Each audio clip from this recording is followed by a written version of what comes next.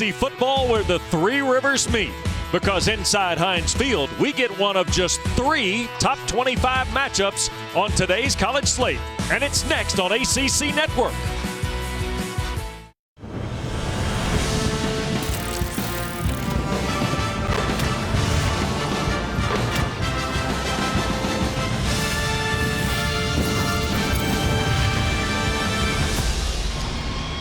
Oh, we've got a really good triple header for you today on ACC Network. And number 21, Pittsburgh, at home for their first 4 games of this 2020 campaign, welcomes number 24, Louisville, to town. Cardinals off a tough loss to Miami. Meanwhile, Pittsburgh picked up an ACC victory here last Saturday against Syracuse. Great to be with Roddy Jones, Wes Durham. Kelsey Riggs will join us here in just a moment. Well, this one has got some substance to it, doesn't it? Because we're talking about a great defense and an explosive offense. It certainly does. It's the epitome of a strength-on-strength matchup, Wes. The city of Pittsburgh is synonymous with defense. You see it with the Steelers on Sundays, and you see it with this Pitt defense on Saturdays as well. Only averaging giving up 154 yards per game.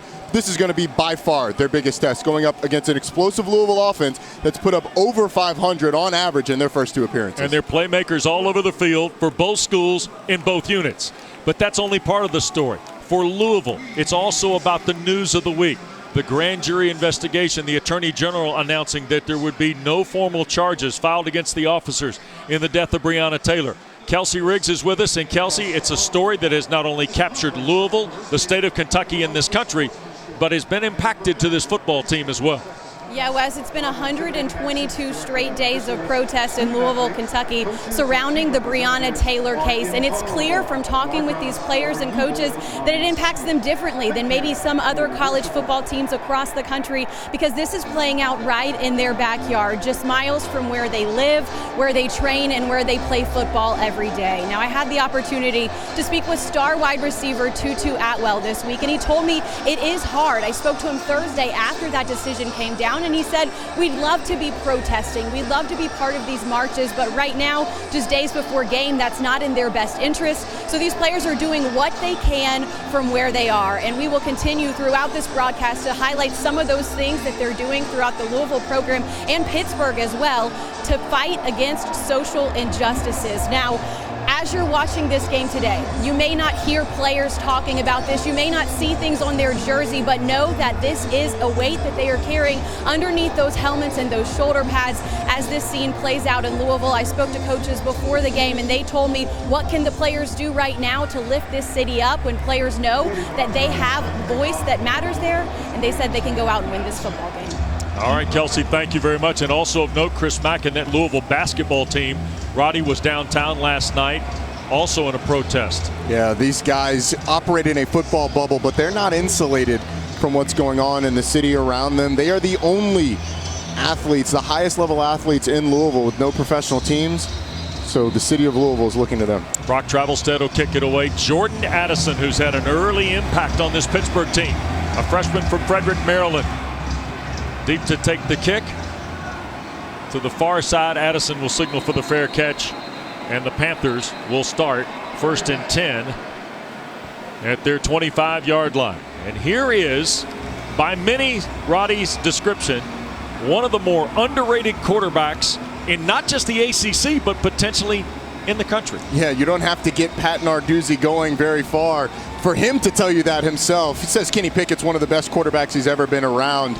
And that includes guys like Kirk Cousins. It includes guys like Connor Cook and Nathan Peterman. But Kenny Pickett has a lot of talent. Just the consistency hasn't been there over the course of his career, really putting the ball in the end zone. That's the only thing that's holding him back, but he's a great leader for this football team. Vincent Davis starts as the running back. He's a sophomore from Fort Lauderdale, Florida, who is their leading rusher. And he'll get the call here, cutting back to the left side. Davis bouncing away and has 10, 15, and nearly 20 yards on 1st down. Rush Yeast shoves him out of bounds into the Pittsburgh bench as the Panthers are wearing their alternate jerseys, if you will, today that celebrate the history of the steel worker in this city. And of course, what a nice nod to the United States Steel, and of course the ironworks around the Cathedral of Learning on the Pittsburgh campus. Here's a throw, and this is Shockey Jacques Louis for no gain on the play. Louisville got there quickly. You know, Wes, after that first big run, it almost seems like Louisville picked up right where they left off a week ago, giving up those big plays. That's something that they're really going to have to prevent here today. After the run of 20 by Davis, here's Pickett fighting upfield out of the pocket, and he'll pick up 3. And Pittsburgh's headed to its first third down. Etheridge and Avery, the 2 linebackers, make a lot of plays for Brian Brown's Cardinal defense. They certainly do. Very active in the middle, playing a lot more like Scott Satterfield's linebackers played at App State. Downhill attacking. Little tempo used by the Panthers here on third down, and a quick throw to the near side. And this is the freshman Addison cutting into Louisville territory, and tripped up shy of the 25-yard line is Jordan Addison. Roddy, he's been very impressive. That time character tried to track him down, and he ran right through that. Yeah, Pat Narduzzi said that he expected this or more from the freshman early in his career. Came in the spring to get some reps in and has certainly jumped into this with 2 feet. He's been fantastic early in the season. 1st and 10 for the Panthers. Pickett wanted somebody to hit up the field. It looked like it was Shockey Jacques Louis, who he was trying to get to go to the pylon on the far side. Instead opts to throw it away, so 2nd down coming up here.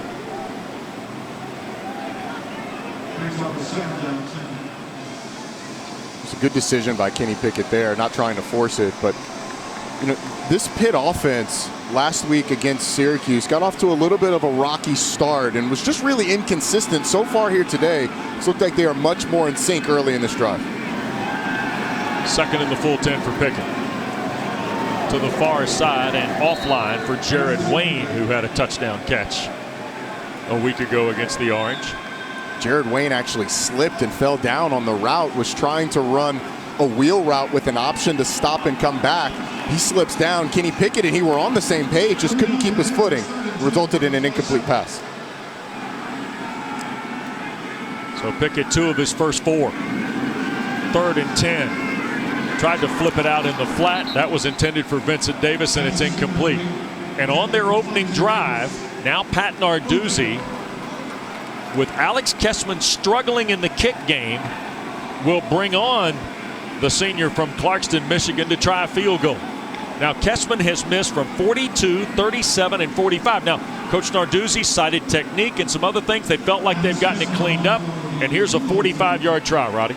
Yeah, this is not a chip shot to get your confidence back if you're Alex Kessman. Christodoulou holds, and the kick is away by Alex Kessman, and it is good. His first conversion of the year in 4 tries, and Pittsburgh's on the board first here at Heinz Field. That's a testament to Alex Kessman coming back from 2 shaky games to make his first field goal, and it looks like it was a technique thing. I mean, if that's what Pat Narduzzi and special teams coordinator Andre Powell preached to him all week, it's a good sign that he's able to knock that one through to get Pitt on the board first. Well, and okay, 8 plays, 48 yards in under 2 minutes. Pittsburgh only gets the field goal. Louisville defense holds. Who wins there? Louisville's defense, absolutely. I mean, this Louisville offense is likely to put up points today. As good as Pitt's defense is, Louisville has to feel comfortable with, especially on the first drive, where you're trying to feel things out, forcing Pitt to kick not only a field goal, but a long field goal after giving up some plays early in the drive. So Kessman will kick it away. And now all of a sudden, a 3-0 lead. And here comes a powder keg on offense.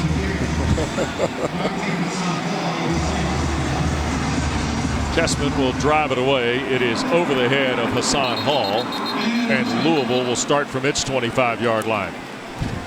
So, you know, it's like we just had the undercard, if you will, on the first possession, right?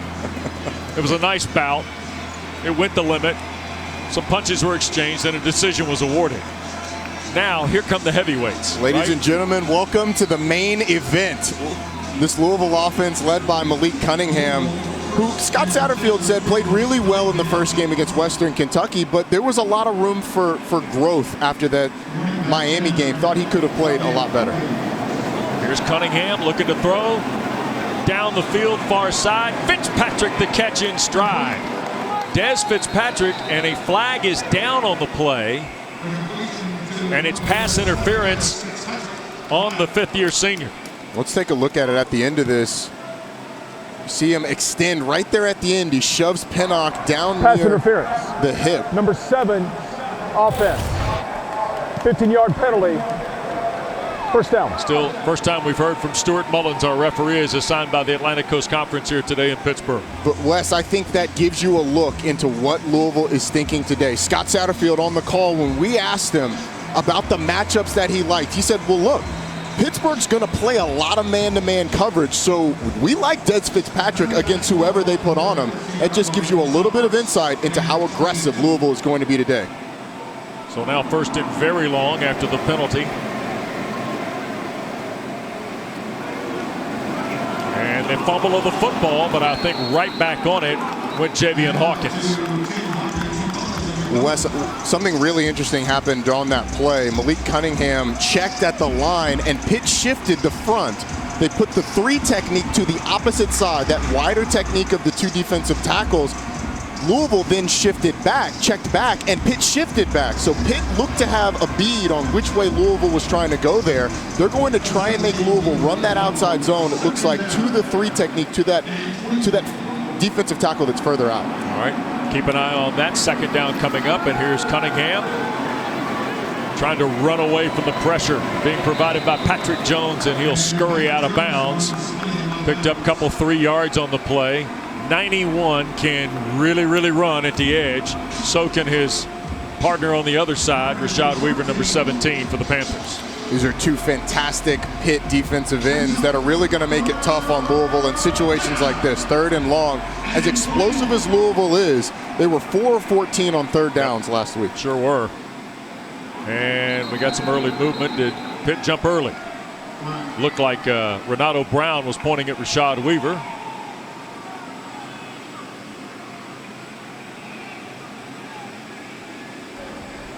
Offside. Defense. Number 91. Entering the neutral zone, causing an offensive player to react. 5-yard penalty.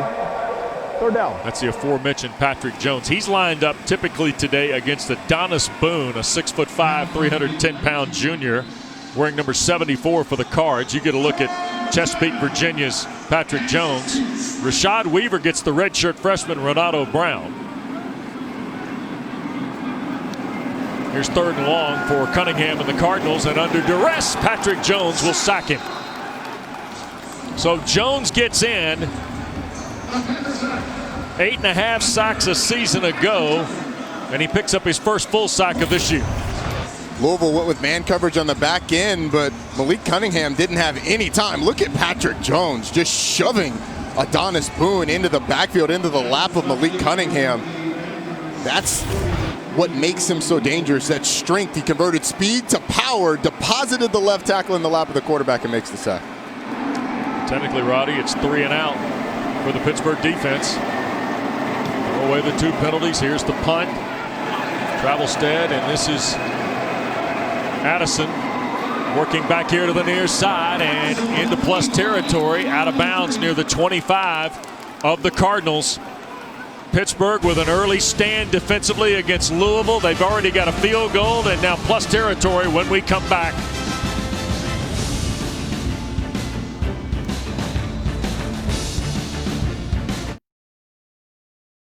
Today on ACC Network, Pittsburgh an early 3-0 lead on Louisville. Coming up next, Duke and Virginia. Chris Cotter, Mark Herzlich, Eric Wood, Scott Stadium in Charlottesville, and then ACC Network Primetime Football presented by Geico. NC State and number 20 Virginia Tech. With Dave O'Brien, Tim Hasselbeck, Katie George, who have their own cutouts at Lane Stadium tonight, by the way, Robbie. Do they really? Yes, they do.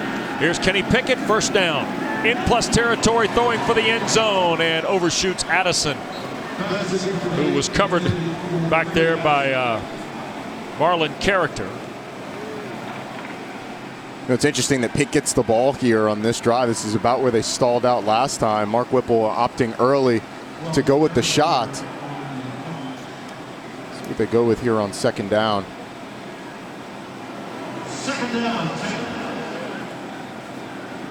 Here comes the almost like 2 tight ends, 2 receivers, and they're going to hand the ball, and this is Davis trying to get going. This is Vincent Davis. He and A.J. Davis, who is the more veteran of the 2 players, no relation, one from Cardinal Gibbons High School in Fort Lauderdale. That's Vincent. And Lakeland, Florida is the hometown of A.J. Davis, who's seemingly been in Pittsburgh a handful of years. Was their principal guy a season ago. So this is a big play, Wes, for Louisville's defense. I mean, think of the boost that they'll get with 2 stops here. Here's Pickett trying to find Addison again on the inside, and that got blown up, and that was C.J. Avery. The linebacker makes a tremendous play, staying in the middle of the field for coordinator Brian Brown, and again, the Panthers look at a field goal. Well, on the first drive, they gave up yardage to get to this area of the field and then came up with the big stop. Here, the Louisville defense once again stands up and forces a field goal from Alex Kessman. It's a 41-yard try for Kessman. Kirk Christodoulou, the punter, will hold.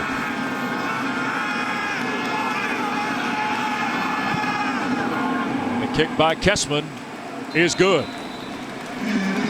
So we got a couple of field goals on a couple of plus field possessions for Pittsburgh. Panthers 6, Cardinals nothing when we continue.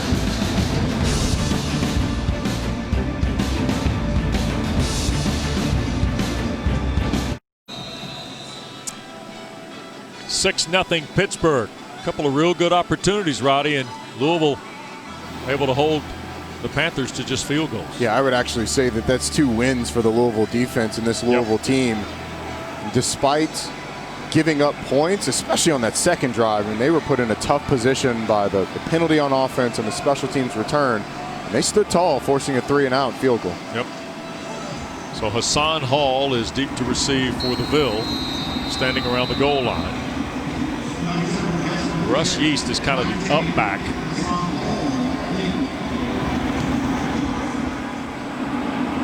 Actually, it's Maurice Berkeley who's a fullback who's the up back, and it's through the end zone regardless. So it'll be 1st and 10 for the Cards at the 25, and here they are, all nicely right here on the screen. Roddy, just a pop.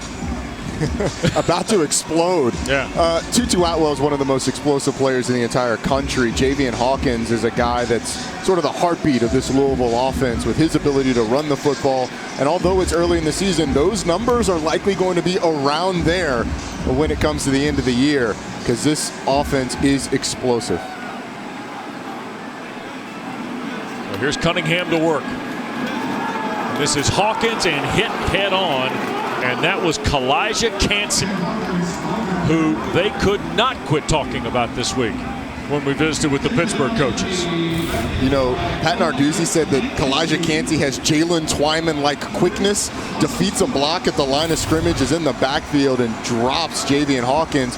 And it looks like early in this game, Pitt's selling out to stop the run. They're saying if you're going to beat us, it's going to be man-to-man in the air. Yep.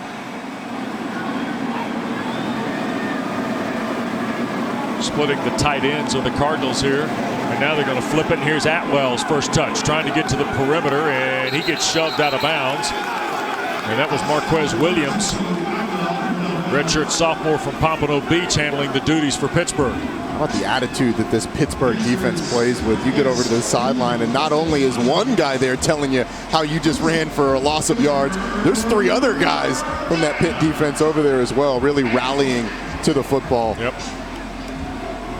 So all of a sudden, it is 3rd and a dozen or so for Satterfield's offense in their second possession. And watch how Louisville deals with these 2 defensive ends on this 3rd and long.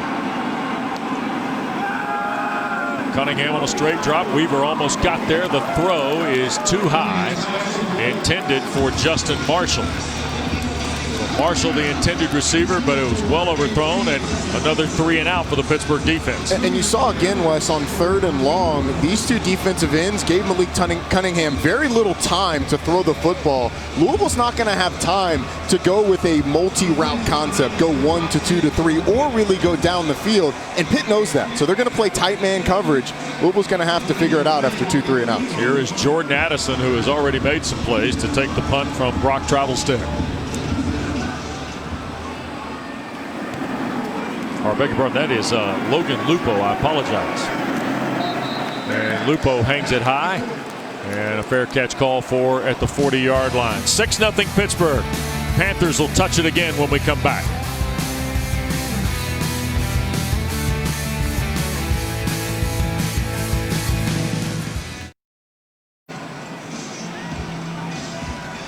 Well, Pittsburgh has got a couple of field goals, and that's a couple more than Louisville. In fact, the Cardinal offense has been stymied as we return to action, and Pittsburgh operating from its 40.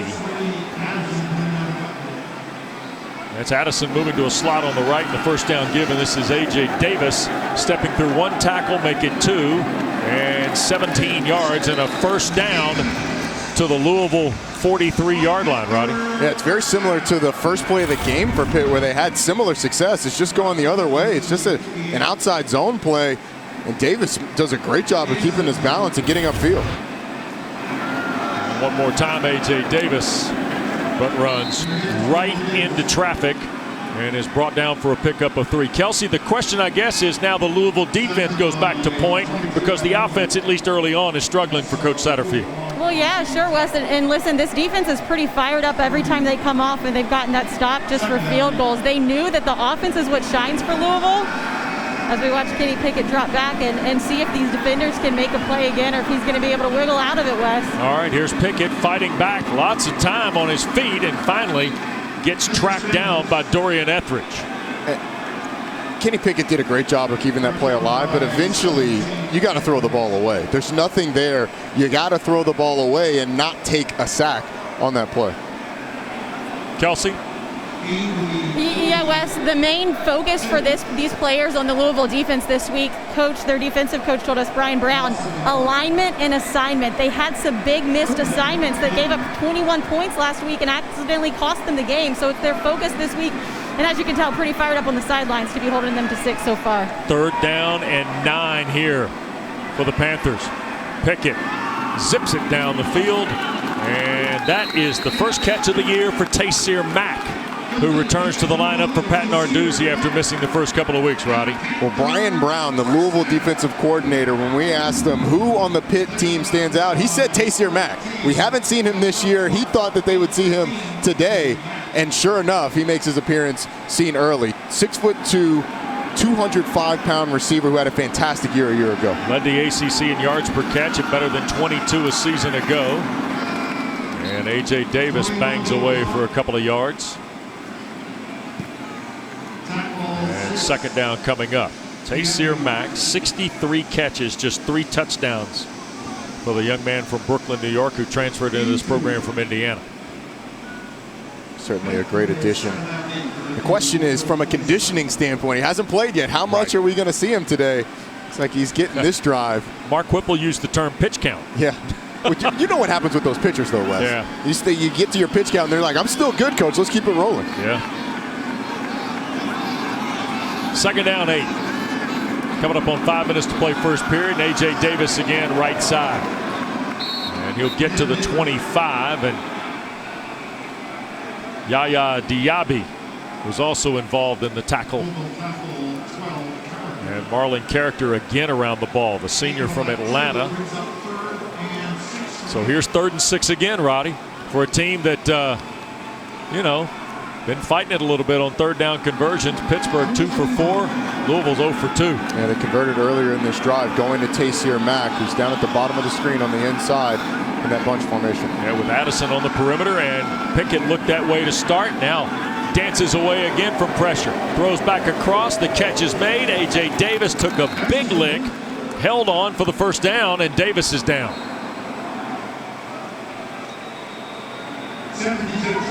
That was a big shot on the play by Marlon Character.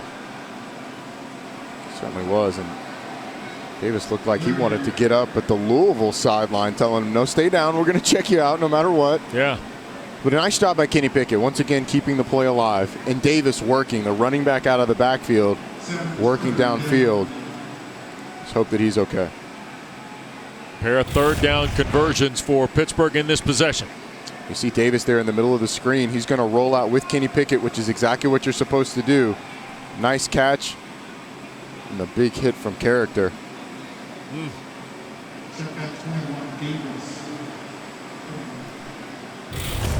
So they tend to A.J. Davis across the way. And both schools have returned to their respective benches.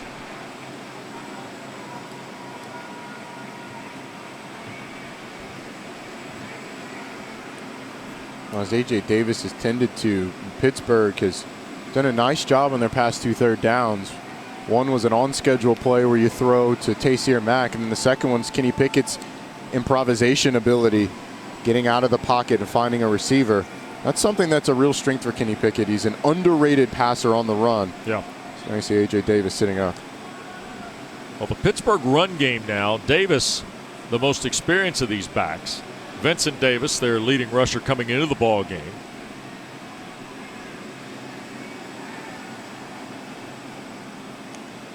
Daniel Carter, a young man they're excited about, who had 6 carries on the first 2 ball games coming in, was injured last week against Syracuse, and you see A.J. Davis getting a chance to trot off here. It looks like Carter and Todd Sibley and Vincent Davis will be the backs here. Israel Abanikanda has come into the game too, wearing jersey number 2. And he's a freshman from Abraham Lincoln in Brooklyn, New York. And a guy that they're really excited about as well. Goes by Izzy. He and Sibley both in the backfield with Pickett here on 1st and 10.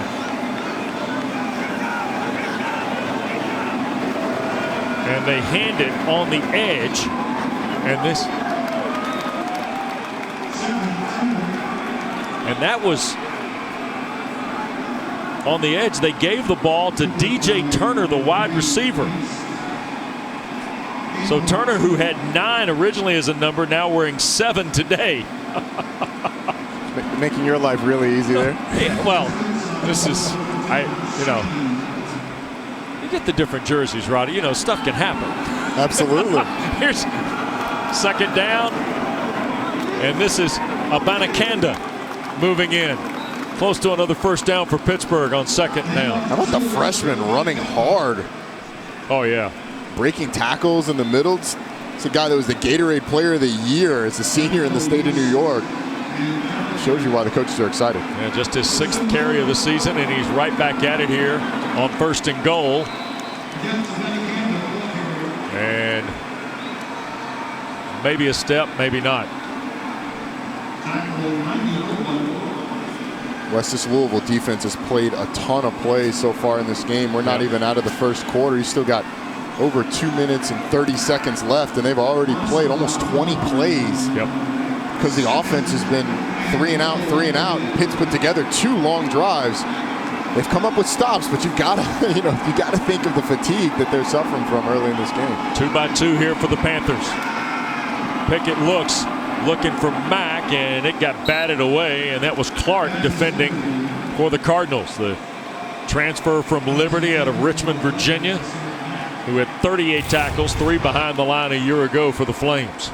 Watch the technique here. Stays on the close shoulder, knocks the ball down, doesn't get over the top of Taysir Mack so he can make that back shoulder catch. Really nice job of not committing pass interference. There was some contact there, but on both sides. Jacques Louis and Addison to the top on the right side here, along with the veteran Trey Tipton. Here's Pickett. Pass and catch for the touchdown, and it's Jordan Addison in the end zone again, Roddy. 2nd touchdown catch of the season for Addison, the freshman from Maryland. And it was a really nice job of Addison running his route, both the first route and the secondary route. Watch Addison in the middle. He's going to run up, run a little stop right there, and then come back to the inside. Nice find by Kenny Pickett. Saw that Louisville defense drop into the end zone. Addison catches it right at the front. Point after by Kessman good. 12 plays, 60 yards, 4.5 minutes. And Pittsburgh now with a 13-0 lead on Louisville with 2:18 to play in the first quarter. They've been knocking on the door consistently in this first quarter. Finally able to get over the hump and get the ball into the end zone. Louisville had been so good on 3rd downs. But Pitt converting 3 of them on this drive. Kenny Pickett's got a ton of time. And Addison, that's about as easy as it gets when you have the Louisville team dropping that far into the end zone. You talked about the variety of things that Louisville does because Kenny Pickett has been so experienced for Pat Narduzzi, right? The last 3 years. You're just spreading the field here and waiting to see who comes open, it looks like. But Mark Whipple's got a little more under the hood than that. Absolutely. You know, that route combination that they ran had a little bit of everything. If you got man, you was going to go to the inside. You had a double move. If you got zone, you had Addison or on the outside. Or he had the fade on the backside as well. So because you have Kenny Pickett, you are able to go with route concepts that allow you a lot of flexibility. All right, let's check with Kelsey on the play of freshman Jordan Addison. Yeah, you know, Coach also told us that it was really good for Jordan Addison last week to get that first touchdown as a freshman. Sometimes that's kind of like the monkey that you want to get off of your back in a game, right? So Addison was able to do that, finds the end zone again. And although he is a freshman, speaking to Kenny Pickett last week, he said it did help them because Addison actually enrolled early. So they did get some reps together and work on that timing before things shut down during the pandemic, guys. Well, Kenny Pickett is 6 of 11, 56 yards and a touchdown. As you see him visit with his offensive coordinator, Mark Whipple. And here is Javian Hawkins breaking free and trying to win the race to the end zone and will. 75 yards. And Louisville lights the fuse just like that, Roddy. That's how quickly it can happen, Wes. Pittsburgh has consistently said, hey, on first down, we're committing everybody to the run.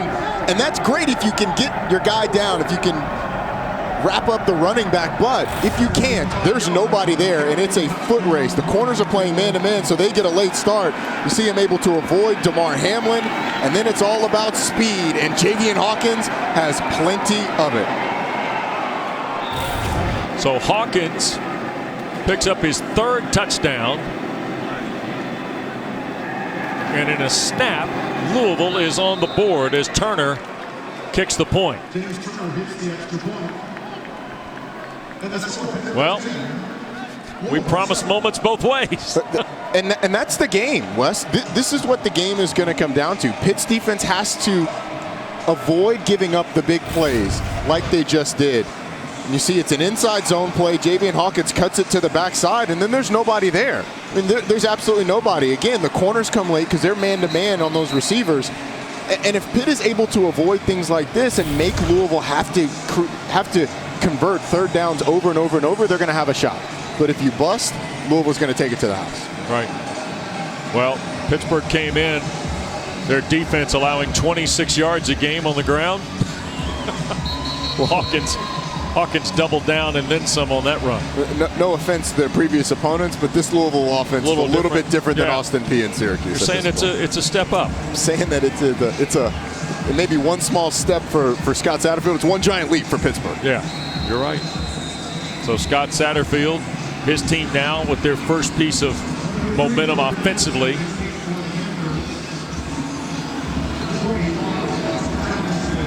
So here is Travelstead to kick it away.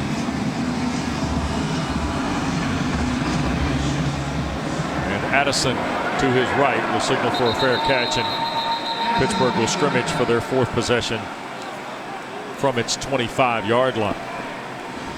Well, the Panthers have run 22 plays for 110 yards. Louisville has run 7 plays for 67 yards. It's a little bit of a discrepancy there, and as good as that touchdown was for Louisville, I think if you get the Louisville coaches in an honest moment, they'd have said, we'd like that 75 yards to be spread out over a few more plays to give our defense just some time to regroup on the sideline. No question. Time of possession's reflecting it. Pittsburgh's already got a 2-1 advantage there, Roddy. And I think procedure going to be the penalty here. So Stuart Mullins, the referee, is assigned by the ACC with just better than 2 to go in the first quarter. Offense. There was no time when all 11 players were set for 1 second prior to the snap. 5-yard penalty. First down. Interesting too, Roddy, because remember when we talked about with the Pittsburgh coaches this week the Culpepper to Harris play last week for Syracuse. Yep.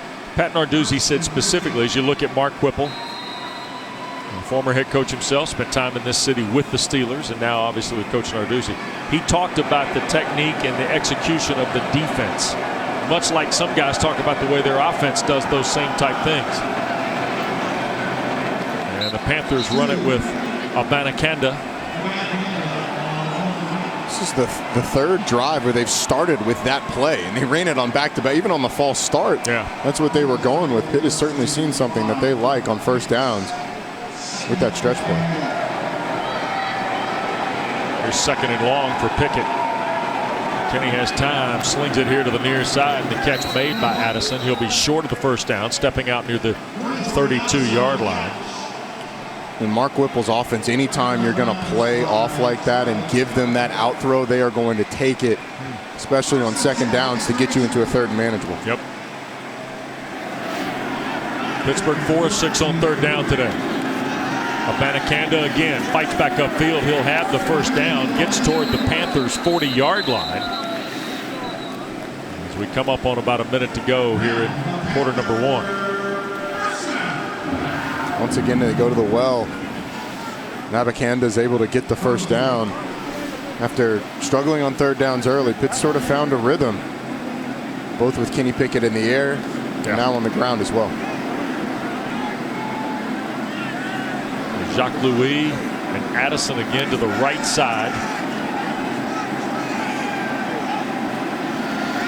And Pickett to work from the pocket.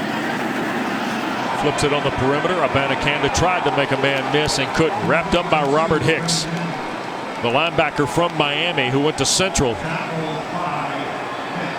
Takes Abanikanda down back at the 36-yard line. It's a good play in open space. Really good play, because although the Louisville defense was rallying to the football, there was a lot of space there had he not made that play. Now he forced Pitt into a 2nd and long. Yep. Likely the final play of period 1 here at Heinz Field. Pickett shoots it across to Jacques Louis, who gets knocked out of bounds just shy of the first down.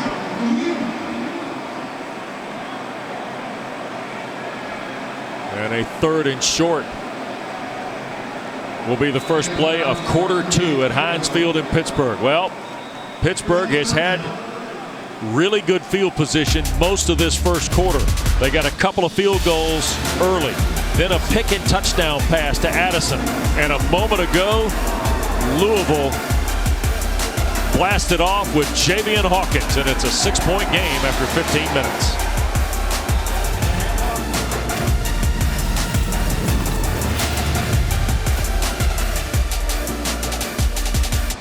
Well, we go to quarter number 2 here at Heinz Field with Roddy Jones and Kelsey Riggs. Wes Durham on our ACC Network football coverage. Game 1 of our triple header. They reviewed the spot, Roddy, and they have now switched it, and we get a little wildcat formation here, and the snap juggled by Vincent Davis, and it goes backwards a lot. 14 yards, I believe. We'll see how they step it off. They measured at 12, a loss of 12 back to the 38. They made it a first down on that final play of the first period. So Pittsburgh had the ball midfield 1st and 10 when things went bad for Pat Narduzzi's team. Yeah, couldn't tell if that snap was that far off. Either way, it goes through the hands of Davis, and Pitt's dug itself a pretty significant hole here on 2nd down. Yep. Going to hand it to Davis, and boy, the Cardinals feeling pretty good about themselves. Puryear, Kennard, all in there. Rajay Burns.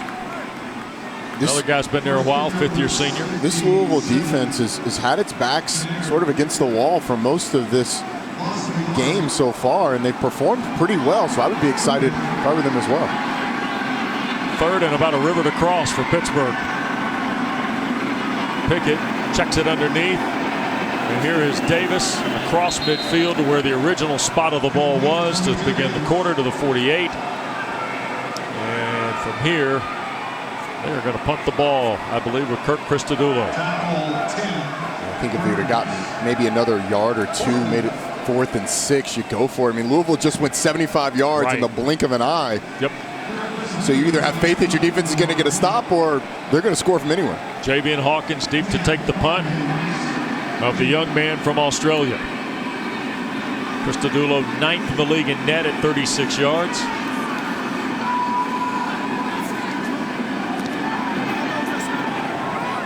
That is Rajay Burns, rather, not Javian Hawkins, I believe. Yep, that was Burns. Timeout on the field. 6-point lead for Pitt. Louisville from its 12 when we come back.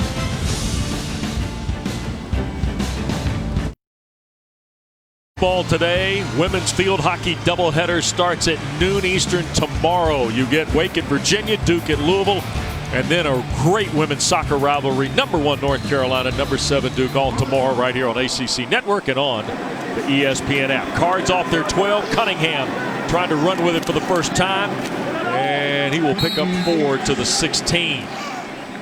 He skated away from trouble early there, Roddy. Well, I like the play call from Scott Satterfield against this Pitt defense. Pitt's got everybody within 6 yards of the line of scrimmage. They are committing a ton of numbers to the run. So what do? You run your quarterback so that everybody can get out in front and block, and it gets them a nice gain on first down. Hassan Hall's come in. Cunningham to the pistol. That's Atwell in motion, and Cunningham wants to throw and was looking here near side for Fitzpatrick, and now a flag has come in. Is that against Pinnock? I think it's going to be against Pinnock, and I'm not sure about that, Wes. Paris Ford will litigate on behalf of the Panthers secondary. As Stuart Mullins will give us the interpretation. Pass interference. Number 15, defense. Spot foul and an automatic. First down. Pat Narduzzi not particularly happy with the call either. Well, it looked like Des Fitzpatrick stopped and Jason Pinnock was right on him, and then the ball was thrown upfield, and so when Fitzpatrick tries to go, he runs into Pinnock. That's a tough call against a cornerback. First and 10 at the 27. Hall, no sir. Wow. Deslin Alexandre. And they come from everywhere, Roddy, on this front. We talked about Patrick Jones. We talked about Rashad Weaver. We haven't even mentioned Keyshawn Camp today. Kalijah Cansey's made plays, but then you have to deal with Deslin Alexander and Haba Baldonado as well. They just roll them. Early in the season, Pat Narduzzi talked about the depth on this defensive line, even without Jalen Twyman. Right. Maybe the deepest defensive line he's had. Hall stays in the ball game. And Cunningham wants to throw near side and open, and this is Marshawn Ford, the tight end. Fights upfield for the first down in front of the Pittsburgh bench where he got knocked down by Pinnock near the 44-yard line. Nice play by a very underrated player when it comes to effectiveness in the Louisville offense. He certainly is. He's lined up. You see him coming out of the backfield, and the big thing is he kind of does everything. He's a fantastic blocker, doesn't often get involved in the pass game, but valuable there. The thing with this Louisville offense, they just haven't been on the field very much, so they have not been able to get in that rhythm, starting to get into it. That's Smith in motion, straight ahead with Hall, and not much, maybe a yard to the 45. Roddy, when you look at Louisville, you think of Atwell and Fitzpatrick, and then Braden Smith has that unbelievable debut against Western Kentucky. And then you think, okay, well, that's another weapon. Then you think Hawkins and Hall. Now you throw Ford in. Ian Pfeiffer, the other tight end, transfer from Vanderbilt, played well last week too. Certainly did. It's a loaded offense. Cunningham into the flat. The catch is made, and so is the hit from DeMar Hamlin, and that's on Hassan Hall. I said this in our visit with Pat Narduzzi this week. I was told this summer by people that follow the Big Ten that they saw Pittsburgh play at times last year and started to think of his great Michigan State teams. And so I told you I was going to ask him about it. And he specifically then said, well, we might be better in the front. Excuse me? And he said we didn't have a guy like Patrick Jones and Rashad Weaver. We didn't have guys like that, 6'5", 270 pounds. Didn't have that at Michigan State.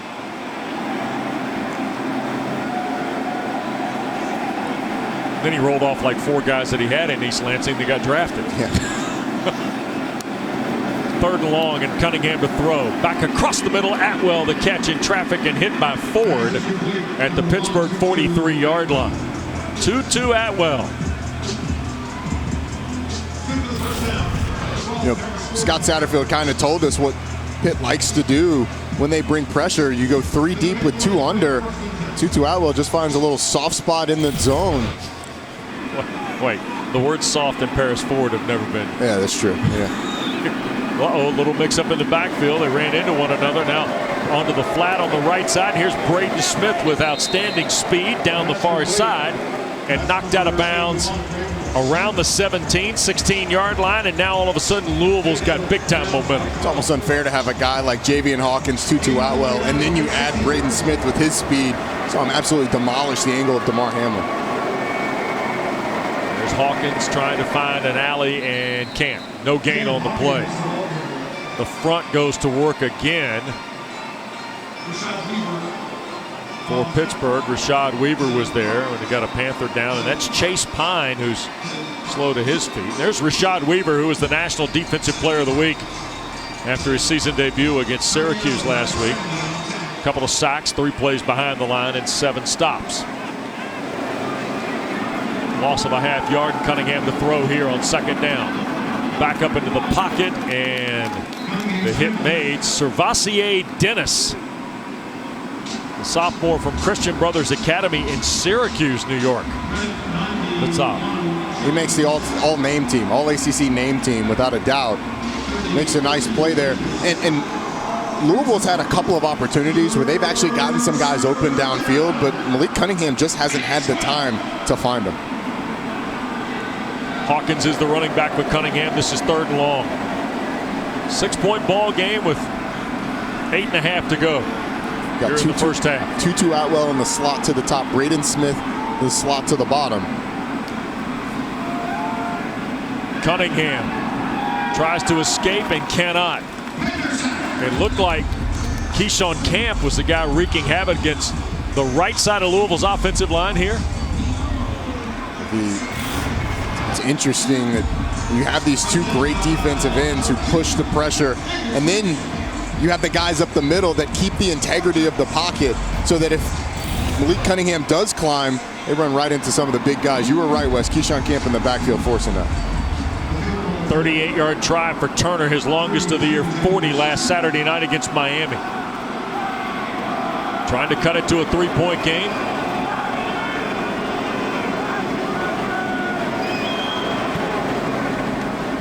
And the kick is good. So we get a break in the action. 7:39 to go. First half at Heinz Field, a 3-point lead for number 21 Pittsburgh.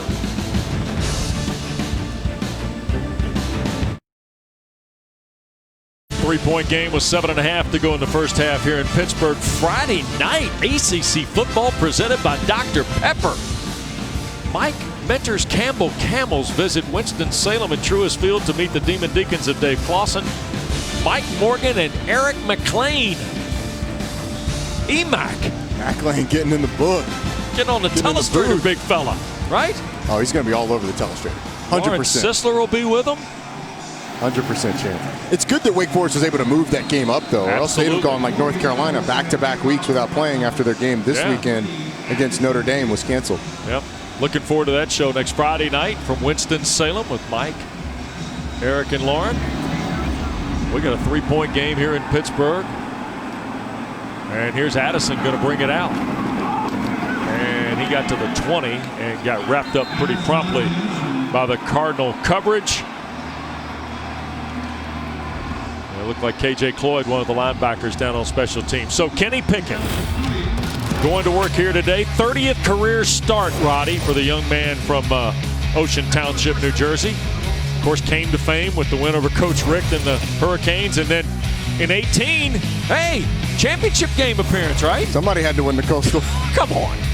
And then last year, the comebacks and a 3,000-yard passer.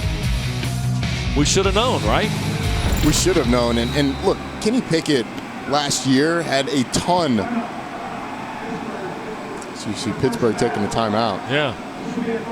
Kenny Pickett had a ton that was added to his plate with Mark Whipple coming in as offensive coordinator. In 18, that year that we talked about, only 310 pass attempts. Last year, in 2019, 469. You're talking about 159 more pass attempts. And by the way, Wes, that came in 2 fewer games. Only played in 12 games last year. So there was a ton added to his plate with this new Mark Whipple system. And honestly, it was it was a bit of an adjustment, and Kelsey's got more. Yeah, we talked to Mark Whipple about him as well. He said not just the player he is on the field, also a tremendous leader off the field. Paris Ford says he had one of the best camps of anyone despite all the circumstances surrounding this pandemic. And also, guys on the other side are talking about him. Louisville's defensive coordinator says he can throw the football. He's as good as any of these other quarterbacks. We know Pat Narduzzi has been high on his quarterback, Kenny Pickett, but he's also being noticed by coaches and players on the other side as well. Recognition well deserved. I think it's a great statement of the four-year college player. Yep. Right, Roddy? I mean, it's just the guy who's been there. He continues to develop.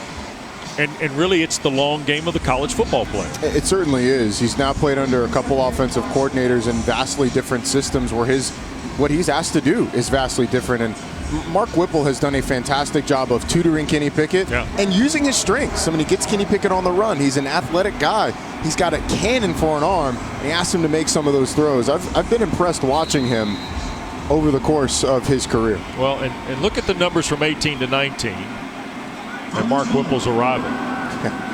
You're talking about a team that was a typical Pat Narduzzi team, running the ball 64% of the time, to almost the complete opposite, where they ran it 46% of the time a year ago. 3-point lead for the Panthers. Feels like a big drive for Pittsburgh. Ball deflected in the air and almost intercepted.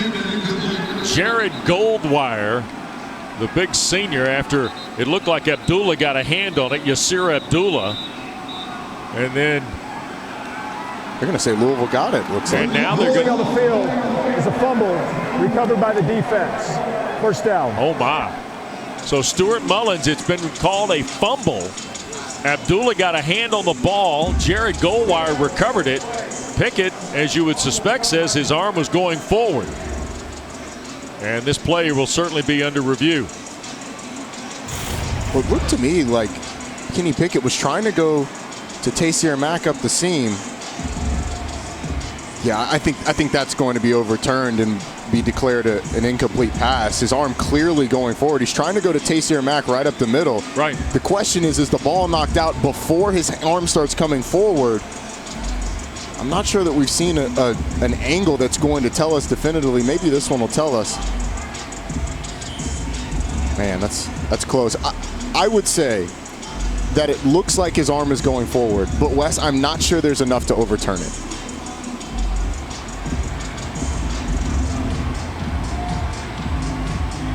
That's bang bang. And that's the thing, because it's bang bang, is it clear beyond a reasonable doubt, if you will, that his arm was going forward before that ball was knocked out? If I had to guess, I'm going to say this play stands, although I think his arm was going forward. I just don't know if there's enough on that replay to overturn. The ball comes out of his hand. The elbow, you could say the elbow's posted, but Roddy, the ball never leaves. The ball leaves the hand before the hand goes forward here, doesn't it? See, I think his elbow starts to come forward before the ball is out. Has the hand started to move?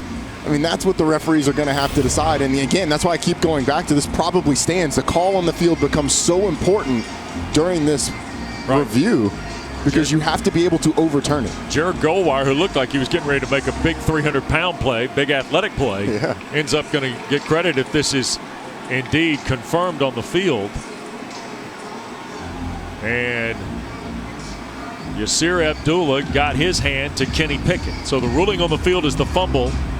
And I was getting ready to say this feels like a big drive for Pittsburgh, and Louisville may have just pulled the plug on it in a 3-point game, right? It would be a huge turnover if you're able to get this.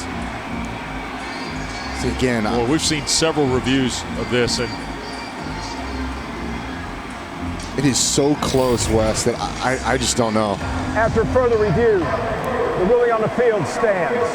So Louisville gets the first turnover of the ball game, and it is a huge turnover. And that's one of those where if on the field it's called an incomplete pass, there's no way they're overturning it because it is bang bang on the replay. So there's not enough evidence there to overturn it.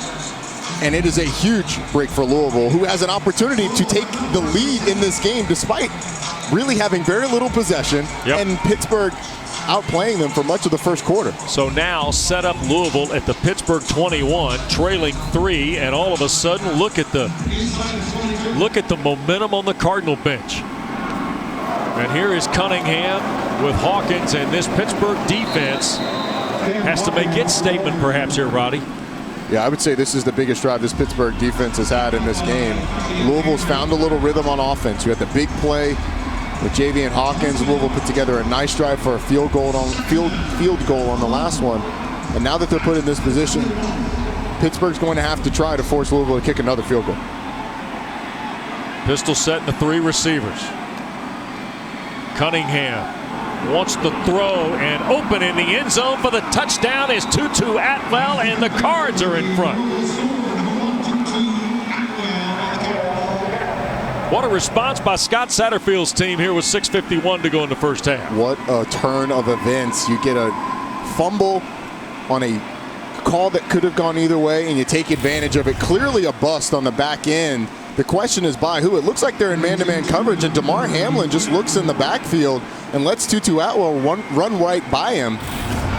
Louisville takes advantage of it to take the lead. And now, because the Cards were late getting a extra guy out there for the extra point, the timeout is burned by the second-year coach of Louisville, native of Hillsborough, North Carolina, who's Louisville's 23rd head coach and coaches in his 91st college game as a head guy today. 60-30 is Scott Satterfield. And looking for his 10th win in 16 games with the Cards. He's got to be fired up about this scoreline right now. The way his defense played early, forcing 2 field goals from this Pitt offense, kept him in the game and allowed this offense to get under its feet. The defense has really come up big for Louisville in this game, forcing the turnover as well. It's the 3rd touchdown catch of the year for Atwell, Kelsey. Who else is fired up about that touchdown, Wes? And that is Tutu Atwell's grandmother. He is very close with her. He actually told me she smoked cigarettes her whole life. He told her last year he wouldn't score any more touchdowns unless she quit. She quit for him. He had 12 touchdowns last year and now 3 so far this season. Well, more to come. Turner's point is good, and the Cards have taken the lead. Louisville now has put 17 straight on the board, Roddy. And all of a sudden, number 24 is in front of Pittsburgh.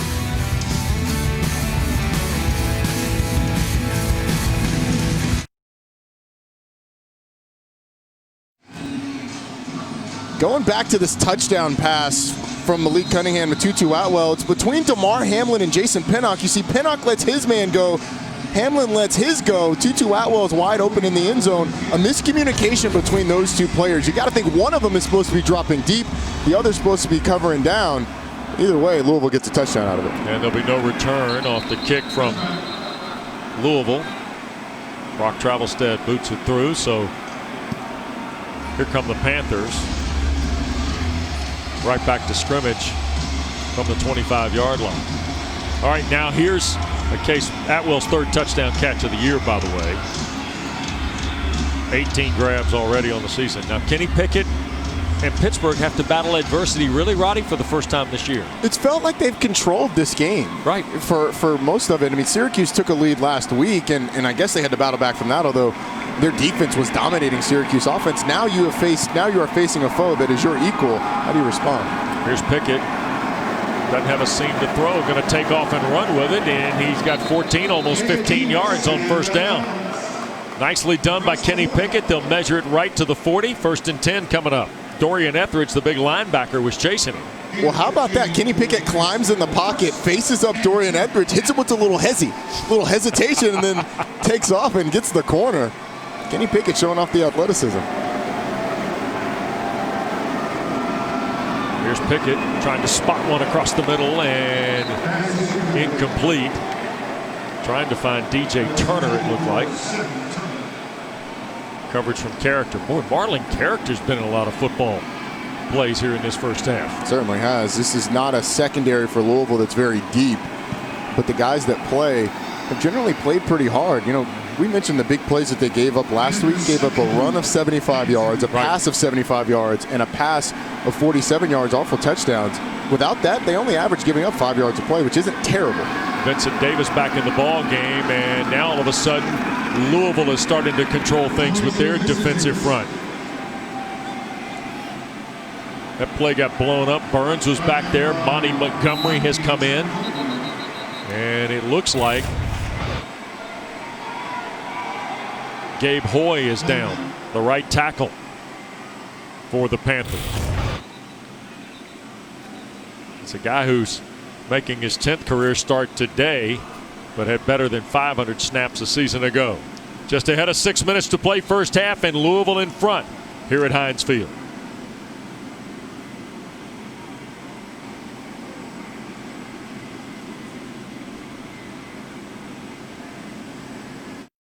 Gabe Hoy on the pit bench area.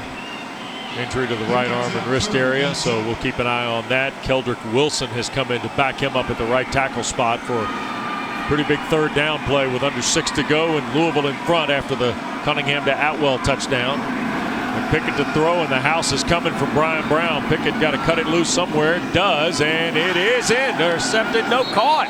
That ball caught in traffic. What a great catch by Jordan Addison here, Roddy. I thought that ball was going to be picked by Russ Yeast. I did not think there was any chance that ball was even going to be completed. And I'm with you.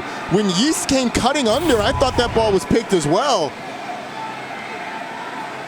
And it looks like Yeast may have actually helped Addison catch it, but nonetheless, Pitt with the big conversion. What a throw. What a catch. Here's Pickett, little shovel ahead. And Vincent Davis picks up a little bit there. Maybe half of it to the 40. Man, I'm going back to that third down play. That third down play is unbelievable. Unbelievable is right. And that was a situation where you could not give the ball back to Louisville's offense. Right. What a conversion. Remember now, here's the other aspect. We get a whistle blow. Did they stop play here? Yes, the timeout's been asked for by Pittsburgh. Here's the double up on the third down. Pittsburgh, their second of the half. This is a 30-second You're going to give timeout. Louisville the ball back sub 5 minutes. Yep.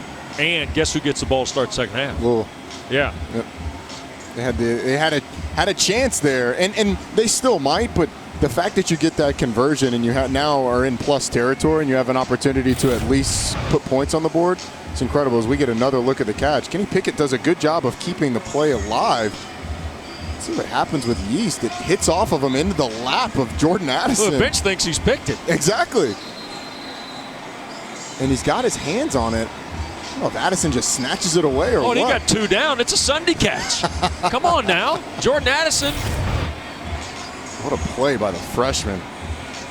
And you know, there's some guys that just have the knack for making plays like that. Just somehow it always happens. You call it, Calvin Johnson was one of those guys. Well, he typically physically dominated, but even so, you know, right, when the ball was in doubt, it was coming down to him. Pull it off the shoe tops. Exactly. Yeah. Well, Pat Narduzzi has seen the dynamics of this day change from a team that had a 13-0 lead to now Louisville 17 straight points to take the lead. And out of the timeout, second down. And here's Davis again, and he'll be shy of the first down. Shoe top tackle looked like Monty Montgomery was around the ball. Redshirt junior from Norcross, Georgia. It's a really nice play by Montgomery. Ducks under the block of the left tackle Carter Warren, who had pulled around and was able to, as you said, get the shoe tops. Yep. Nice play. Gonna hand this to Davis with a flag down. It's a first down for Pittsburgh, and Vincent Davis bouncing away toward the 25. And we'll check the marker here with referee Mullins. Kenny Pickett walking toward Mark Whipple at the pit bench here as we sort out the flag. The play just looked disjointed from the start. Pitt was a little confused on offense of where to line up, so not surprised to see a flag on this one. Illegal motion. Number 80, offense. 5-yard penalty from the previous spot. That's Daniel Moraga, the tight end, who is involved in the package today because Lucas Kroll, the grad transfer from Florida, who had a catch last week and has really done an outstanding job in the run game from a blocking perspective, Roddy, is not available today. And we saw Kroll before the game on crutches out on the pit bench area.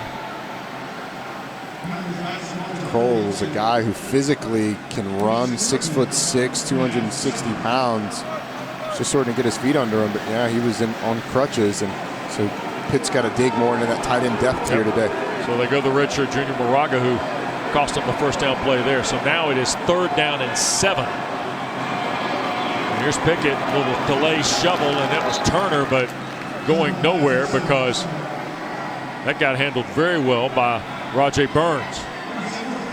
And here goes Pittsburgh with 3:38 to go, and the Panthers are going to try for 4th and 5. I like the decision of Pitt to go for it here. Louisville has looked potent on offense. You mentioned they get the ball first in the second half. So go ahead and go for it and rely on your defense if Louisville's able to get the ball back to come up with a stop. See what Pickett has planned. Cards bring a couple extra guys. There's the throw. Mack the catch, a first down. Taysir Mack to the 25. He spun off, stayed on his feet. He's going to go to the end zone, and it's going to be called a touchdown. It looked like Yasir Abdullah had him on the ground. Mack went ahead and kept going just in case. And just in case may have given Pittsburgh the lead. Wes, if this stands, it's going to be a drive of almosts for this Louisville defense. I could not tell there if his knee hit the ground, but the referees didn't see it. And he gets to the end zone. But think about it. You have the almost interception, then you have the almost tackle that leads to a Pittsburgh touchdown. Holy smokes. 8 plays, 75 yards, and 340 if it stands. But, of course, we're going to go under review here. And we just showed you the replay. It was bang, bang again, just like the play with Abdullah and Pickett a moment ago. And how about Yasir Abdullah? Makes the play on Pickett and then has the would-be tackle of Taysir Mack. Yeah, it's this drive has been very 2020, if you will. Yes, it has, Roddy. Yes, it has. See the catch there. Let's see if we can get a look. I don't see his knee hitting the ground. I think Taysir Mack was completely right in continuing. And here's another look. Watch the knees. Left one certainly does not hit. The right one is the one that's in question. It hits the top of the shoe. Does not hit the ground. Does not hit the ground. So again, from the looks that we have seen so far, it is going to stand. It's a nice job of Taysir Mack playing through the whistle. And a great call on 4th down by Mark Whipple. Right. There's a levels concept on the backside. You had a dig above Taysir Mack, who was coming across on the drag. Mack gets the catch. Kenny Pickett finds him and delivers. Let's see if this one shows us anything we haven't seen. See, He's either going to be down at the 25 or Pittsburgh's going to have the lead. Well, with that, you can't see it definitively on that anyway. So this is another one where nothing else is going to stand from what we've seen so far.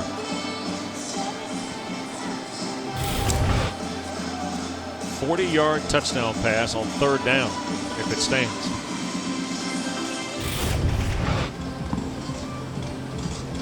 Oh, this will. No evidence the knee's on the ground there, right? Right. And the left knee and the right knee swipes the top of the shoe. Certainly does not hit the ground from that angle. You have to commend Pitt. You know, in a year that's really weird, the guys that. After further review, the ruling on the field stands. So that means it's a touchdown for Taysir Mack in Pittsburgh. In a year that's been really weird, you've had guys had to sit out games for different reasons. Rashad Weaver comes back last week and is fantastic, and Taysir Mack in his first game back this week has made his presence felt. Yep. And shown why he was one of the best receivers in the conference a year ago. So whatever Pitt's doing to get their guys ready to play, it's working. 2 catches, 53 and a score. And now Kessman to try and make it a 3-point lead. And the kick is away and good. What a strange first half. What a strange first half.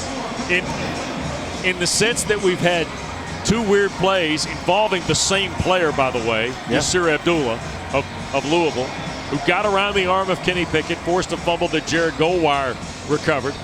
2 plays later, Malik Cunningham throws to Tutu Atwell. Then we come back on the ensuing possession. Kenny Pickett converts a 3rd down to Jordan Addison. It looks like Russ Yeast is going to pick it or at least knock it away. And then a moment ago, Pickett to Taysir Mack for what is going to be a first down at the 25. Abdullah does not get him to the ground. Mack stays alive and scores while Louisville was looking for the whistle. Yeah, on a 4th down conversion too. Fourth down. I mean, go figure. So that's where we are with 3:11 to go, and the Cards watch it bounce into the end zone. So they will start from their own 25-yard line. Louisville, by the way, will get next week off before a Friday night game in Atlanta against Georgia Tech.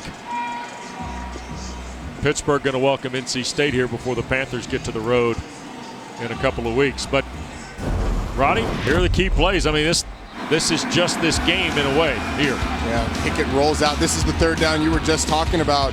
Easton has a shot at it. Jordan Addison able to come up with it, and then you get Taysir Mack on 4th down. Spins around, keeps the play alive, and gets to the end zone.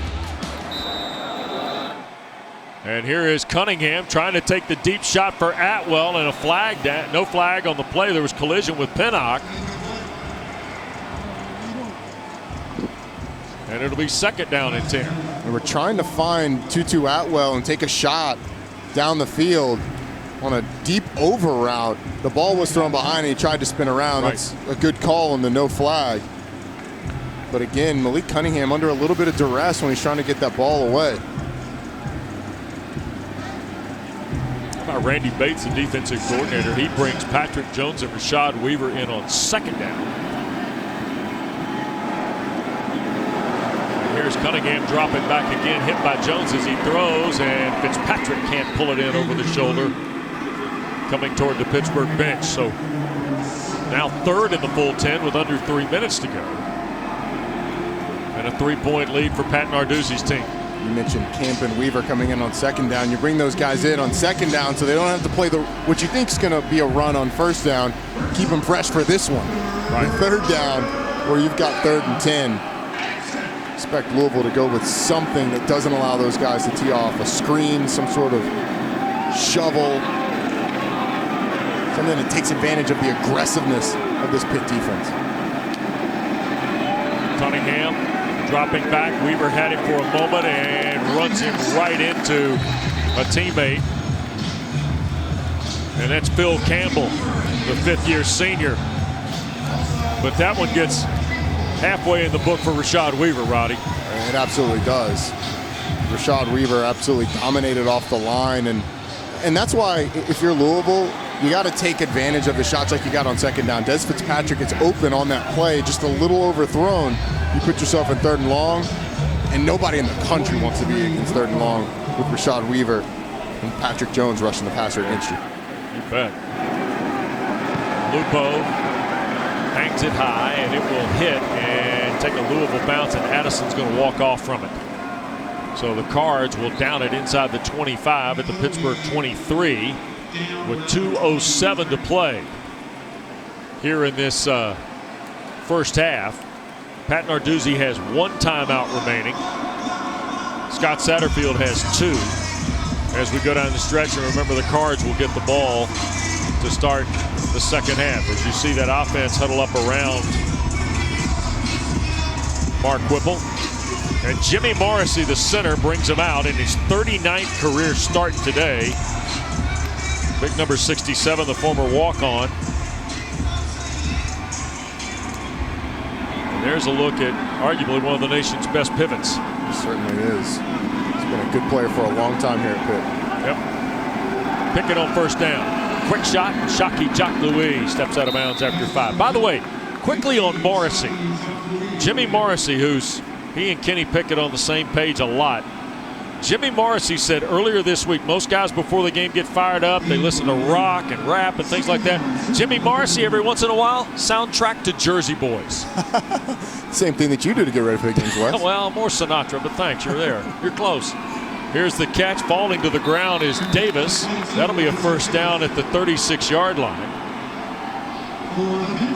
I went back and double-checked that one to make sure I was right, too, before I told you that he listens to the soundtrack of Jersey Boys. Can't put him out there like that without being spot on. I double-checked it.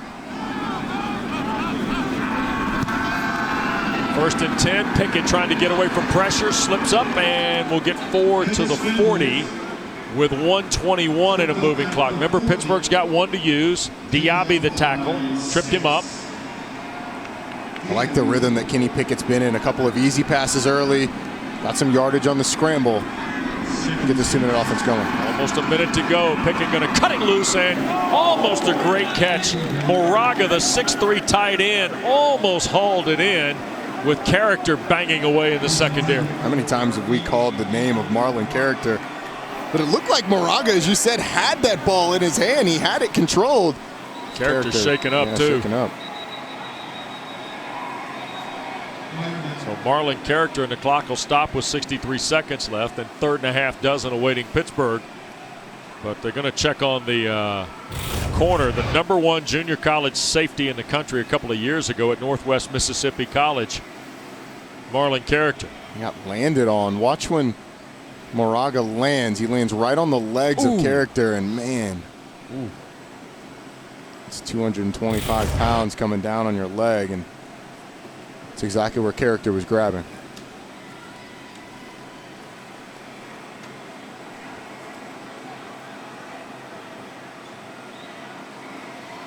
So Scott Satterfield out, and you check on his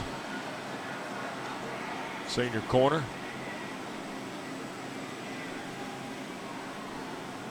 And the state of Pennsylvania's no fans at any events. So Pittsburgh has essentially played these 3 games and the one next week against NC State, Roddy, I think, without any fans. And it's created a unique environment that both Pat Narduzzi and Scott Satterfield talked about this week. And Kelsey, you were here last week for the Syracuse game. It's very ominous in some respect, isn't it? It is. There's a few times during the game, Wes, where you really notice it. A couple of the players on the Pitt sideline earlier were jokingly turning around and trying to get the crowd hyped up. It's very weird when they run out. Coach Narduzzi told us last week that he was talking to his guys like, hey, do we want to go to the middle of the field like we normally do as if we're running through the band, or do we just go straight to the sidelines? And Jimmy Morrissey's like, Coach, let's just go straight to the sidelines. Let's not do anything extra. We've got the fog this week. Let's go straight to the sidelines and play football. But you do, once you're watching this game, guys, I will tell you, you do get pretty locked in and forget sometimes that it is empty. No question. So here's the 3rd down and 6 play for the Panthers. By the way, Character helped off the field, got off under his own power. And procedure on Pittsburgh. Full start. Number 3, offense. 5-yard penalty. Well, the true freshman, 3rd down. Addison. Unforced error there, turns 3rd and 6 to 3rd and 11. And now this changes things. Do you go with the run play to try and draw out one of those timeouts that Scott Satterfield has and punt the ball away, or do you try and be aggressive and run the risk of an incomplete pass? Yep. It's going to be a throw, and it's batted at the line of scrimmage, incomplete, trying to go to Taysir Mack. Goal wire, big 9-0 in the white. Got his hand up on it.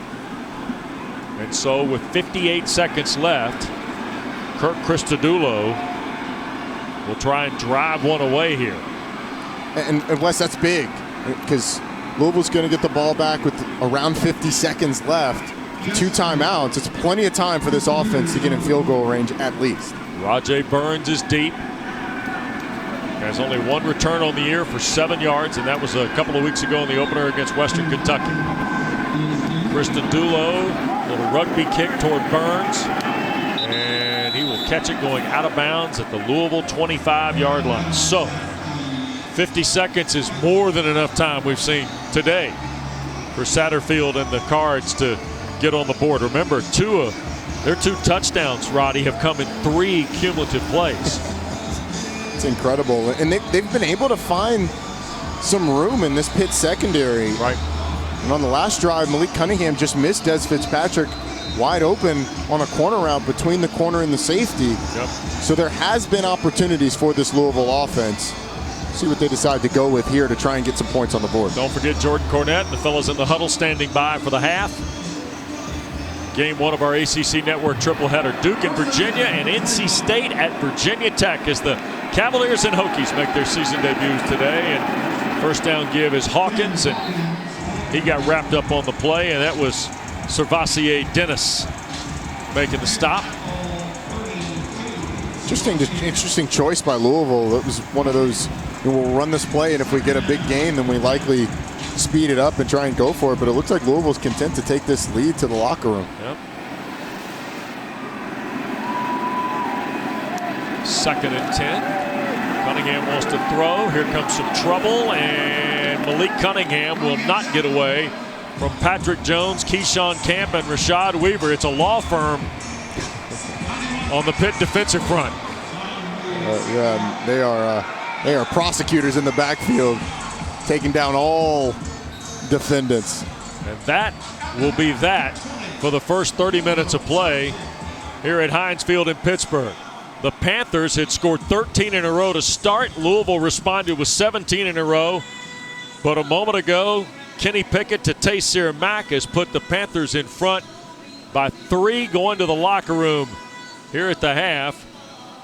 And a score of 20-17. Let's go downstairs. Kelsey with Coach Narduzzi. Coach, the decision to go for it on 4th down there paid off, and it's been back and forth all day. But how big is that momentum that you'll have heading into the half? You know, it's nice to be up, on a good football team, obviously. Defensively, we gave up 2 touchdowns. Big plays, obviously a big run and a big pass down in a sudden change situation. But then offensively, we kicked 2 field goals. When we get down inside the 30-yard line, we got to score touchdowns. But it's nice to go into halftime. It's a new game in the second half. And speaking of that, we knew headed into this game that this was going to be a battle of your talented defense versus their talented offense. What do you need to do to win that battle in the second half? You know what? We're doing a good job of getting 4-man pressure and sacking the quarterback. We need to get about 4 more in the second half. Coach, thanks. Thank you. All right, Pat Narduzzi and Kelsey Riggs. His team with a 3-point lead, 20-17. Louisville will get the ball to start the second half. Malik Cunningham to Tutu Atwell, and then Kenny Pickett to Taysir Mack has the Panthers ahead by 3 at the break.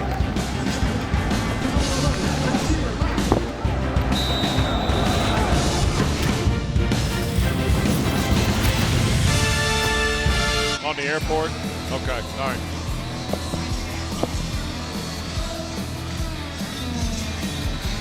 So Pittsburgh 240 yards and 20 more plays, Roddy, here in this first half. You see the average of 5.5, but the 5 sacks as well posted by Narduzzi's defense. Well, that difference in plays came entirely from the first quarter. The 2 teams actually ran the exact same number of plays in the second, but the first quarter is really what allowed Pitt to get out to this lead. And those 5 sacks, 8 tackles for loss so far against Pittsburgh after a Louisville team, or for Pittsburgh, this Louisville team gave up 10 in each of the first 2 games. Ball is kicked away by Kessman. There'll be no return. Hassan Hall was deep. And the Cards will take over from their 25, and they had some big plays too. They certainly did. Javian Hawkins, 75-yard run to get him on the board, just motoring down the field, outrunning the onslaught from this secondary. But all in all, this was a huge play. It was called a fumble on the field, reviewed, the play stood. That led to Louisville, Malik Cunningham to Tutu Atwell in the corner of the end zone. This is a Louisville team that really survived Pitt getting after him in the first quarter to break close. Ooh, trying to get Hawkins started. He spun away from Jones and got hit by Camp and then a couple of others, Kelsey. Yeah, I talked to Scott Satterfield about what he liked from his team in the first half. He said defensively they were playing solid, but they have got to get off of the field. He says Pitt's defense is just kicking their tails. They've got to find a way to change that in the first part of this second half. He says right now this drive is very important. They've got to find a way to get some points on the board. Well, that time Cam Bright finished off the work of Patrick Jones, and now 2nd and long. And now Cunningham trying to go up over the top, and it's intercepted. And it's picked off, and coming back is Marquez Williams with the interception. And Pittsburgh's going to end up with plus field possession after the turnover by the Cards. Justin Marshall, the intended receiver. And it looked like Marshall had a step on Pinnock. As you see, this is what Pitt does. They get the ball and they go and dunk it when they get an interception. But watch this. Marshall has a step. Pinnock just plays it really well. Kind of does a little veteran move, shoving him just past the ball, and then picks it off. It's not pass interference. The receiver's got to be strong and go up. It's a nice job by Marquez Williams. Excuse me, I think I said Pinnock earlier. Getting the interception. So the turnover with 14-13 to go here in the third. On the second snap. And here's Davis back to work. Vincent Davis. on his 7th carry of the day. This thing's out of control, by the way. How excited they get. That's awesome. That's one of the better things. Like, you got props all over the place. I like the turnover dunk. The turnover dunk, yes. Kenny Pickett on 2nd down and overthrows Jared Wayne on the cross. So 3rd and 5. Roddy, we were getting ready to talk about the premium of the Louisville possession. And all of a sudden we get a turnover. And now here's Pittsburgh with a 3-point lead in early quarter 3. And a chance to do some damage here, but you got to get this 3rd down taken care of. Well, Kelsey had barely finished the sentence of Scott Satterfield saying that he needed to get points out of this drive before the interception came, and that just shows you how important he thinks it is for a good start to the second half. Now bringing pressure on 3rd down. Pickett rips it from the pocket, and that's caught. That's the tight end Moraga, and that's a 1st down to the 21. Almost got him in the first half on what would have been a fantastic catch. Character back in the ball game made the tackle for the Cardinals. Remember, he had left shaken up late in the first half. Yeah, he had. It's good to see him back, and this Pitt team now has a chance to put points on the board and really make Louisville chase. Pickett escapes up the field. Kenny Pickett gets a 1st down inside the 20 and then gears down about the 18-yard line. You know, Wes, Brian Brown, the defensive coordinator for Louisville, talked to us this week about getting pressure with 4. Louisville's been able to do that at times, but they haven't been able to bring Kenny Pickett down because of the lanes that have opened up in the middle. He has done a fantastic job extending plays and picking up yards with his legs. So fresh set of downs at the 18. You see Vincent Davis going into the holster of Kenny Pickett on the gun. And that ball is offline and incomplete. 2 guys were out there, Addison and Wayne. By the way, the injury to Hoy has caused some shuffling. I noticed Carson Van Lin has come into the ball game now to play the right tackle spot. With Jake Cradle, Jimmy Morrissey, Bryce Hargrove, and Carter Warren, who they just could not speak highly of enough in the meeting we had with Pat Narduzzi about just Carter Warren reshaping his body, just being a totally different player than he was a year ago at that left tackle spot. Pickett and sacked and fumbled, but recovered on the play by Davis. Boy, he got lit up by Abdullah. Yasir Abdullah has been around the football today. He certainly has. And Louisville actually brought the corner. And you mentioned Van Lin coming out. He slides out to the corner. Nobody picks up Abdullah. Does a nice job stripping the ball for the strip sack. Pitt fortunate they were able to recover it. Yep. Vincent Davis was right there. So now 3rd and very long.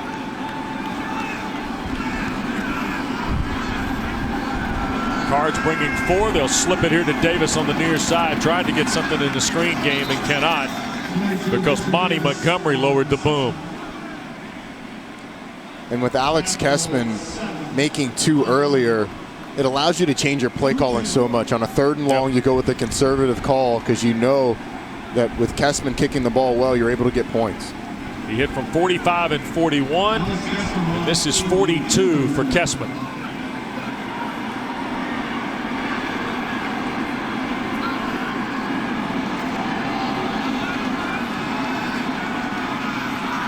On the near hash mark. And the kick is good. So 3 field goals for Alex Kessman today. And now the lead expands. 6 points for the Panthers. Back after this.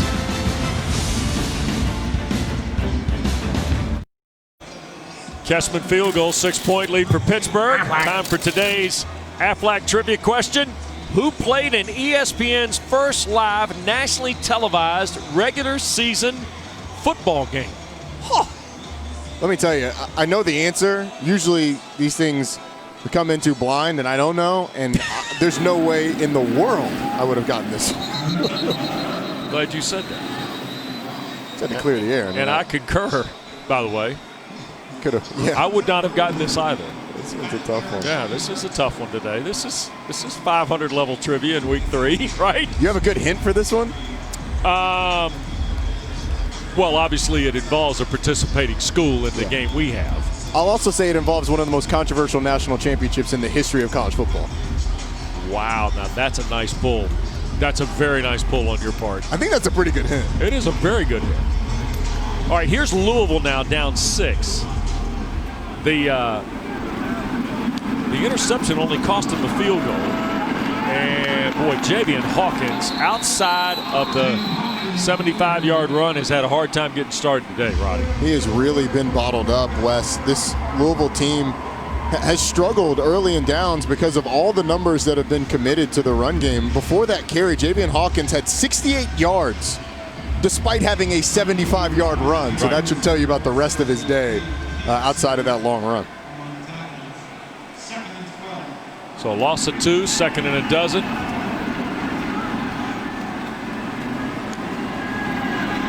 And a play fake from Cunningham. Cuts it loose, Fitzpatrick the catch. And a first down as he stiff arms Williams to get to the sideline at the 37. We're really impressed with the patience of Des Fitzpatrick today. Yes, it's been one of those days where the balls have not come all that often, but he did a really nice job on that route. They run so many verticals that he really sold it, and in tight man coverage was able to break off and get open. The timing was there. That was an excellently executed play. Yep. Pistol set on a 1st and 10. Hawkins trying to get the zone to the edge, and boy, Pittsburgh really rallying to the football. Servassier Dennis was over there. Looked like that A.J. Woods had come in the ball game. He was over there from the secondary. You know, looking at Chase Pine, that's another guy that makes a lot of plays. That outside zone play is the staple of this Louisville offense. It's what they run most often. It's how it's what everything works off of. They have not been able to get that going at all today. Cunningham looking for the quick throw and the 6th sack of the day. And that is Patrick Jones again. It is so tough as a play caller to get in a rhythm when you, number one, can't get anything going early in the run game. This was a Louisville offense that ran the ball more than everybody in the conference other than Boston College a year ago. Right.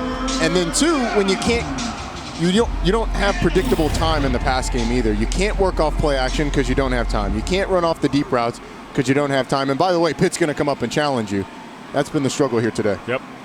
3rd down and 11. Cunningham again on a drop. Rashad Weaver's going to drop him. So sacks on back-to-back plays for the Panthers.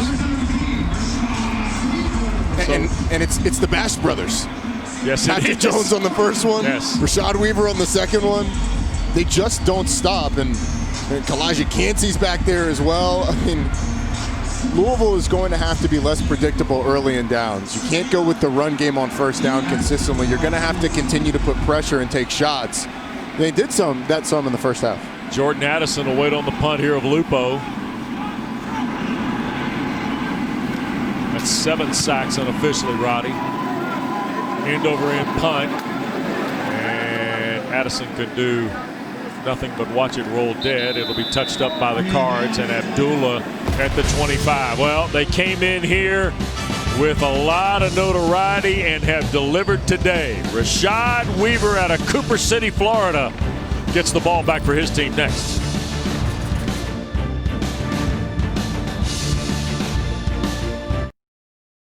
Welcome back out to Pittsburgh, and the Panthers on top right now 23-17. This defense getting all kinds of pressure up front. 7 sacks already. And guys, they're doing it without Jalen Twyman, who opted out this offseason. I had a chance to talk to one of their former star defensive linemen about what it's been like. He told me on Saturdays he turns his phone off, sits around, watches the players throughout the week. He's still in the group chats. He's talking to them about what he sees that they've done last week, what the team should expect against their opponent. He said he is so dialed in and working hard right now, training to get ready for the NFL draft. Also still completing his college degree, guys. All right, 1st down carry, and this is Abanikanda getting started.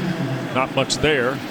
Kelsey, I found the fact that he stays is locked in, and Roddy, that may surprise people because you hear opt out and you think not connected, not tied to the thing at all, and that's not the case, right?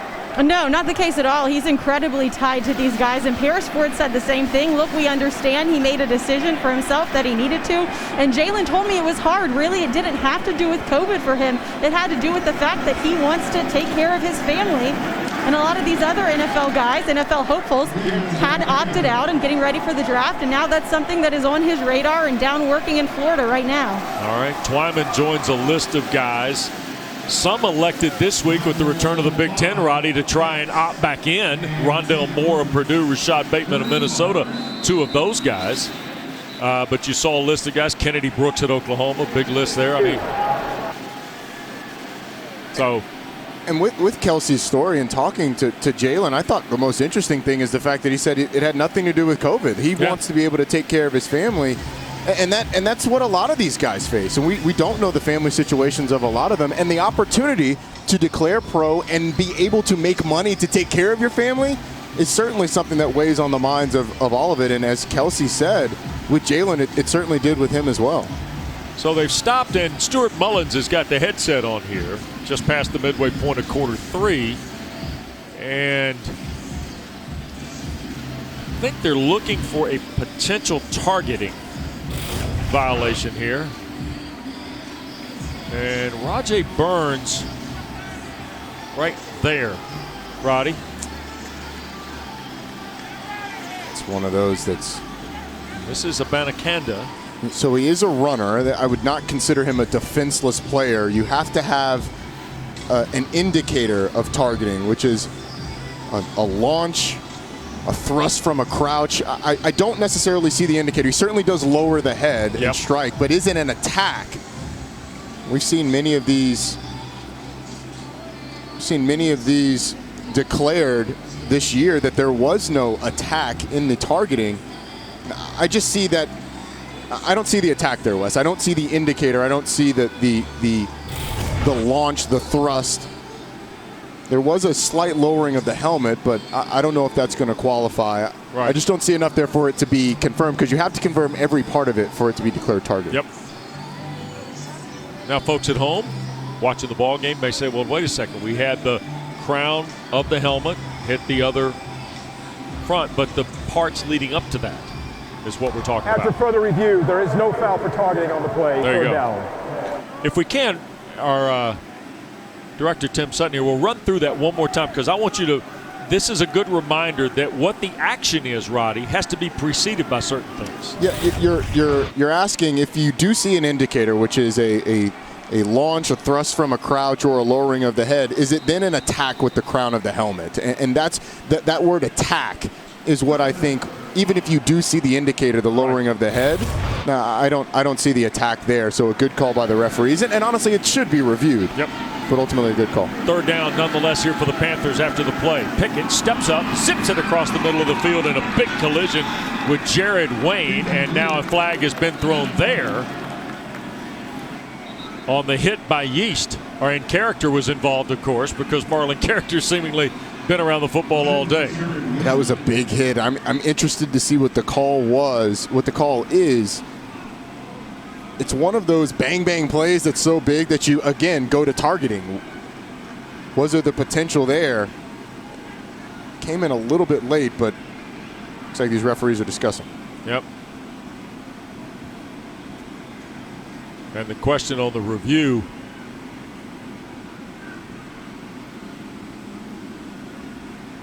Here's referee Mullins.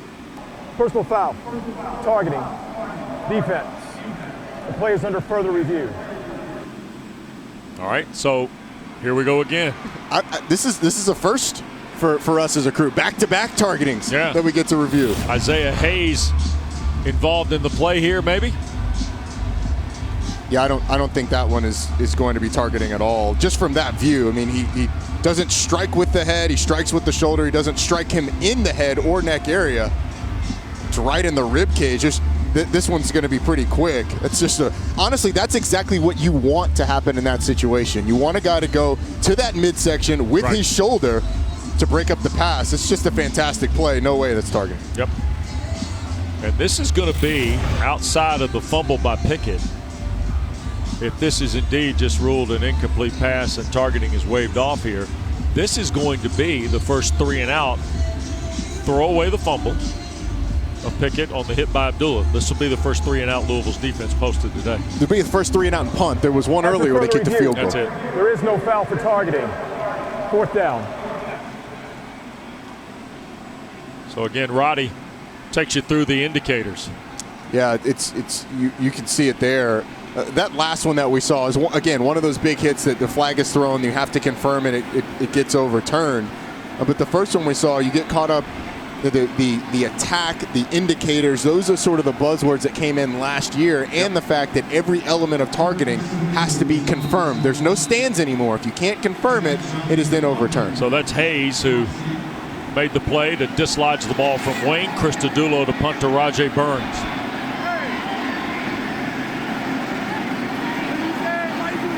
Still a 6-point game here at Heinz Field.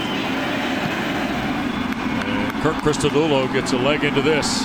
Burns back at the 19. Looking for some room, and we'll get to the 25, and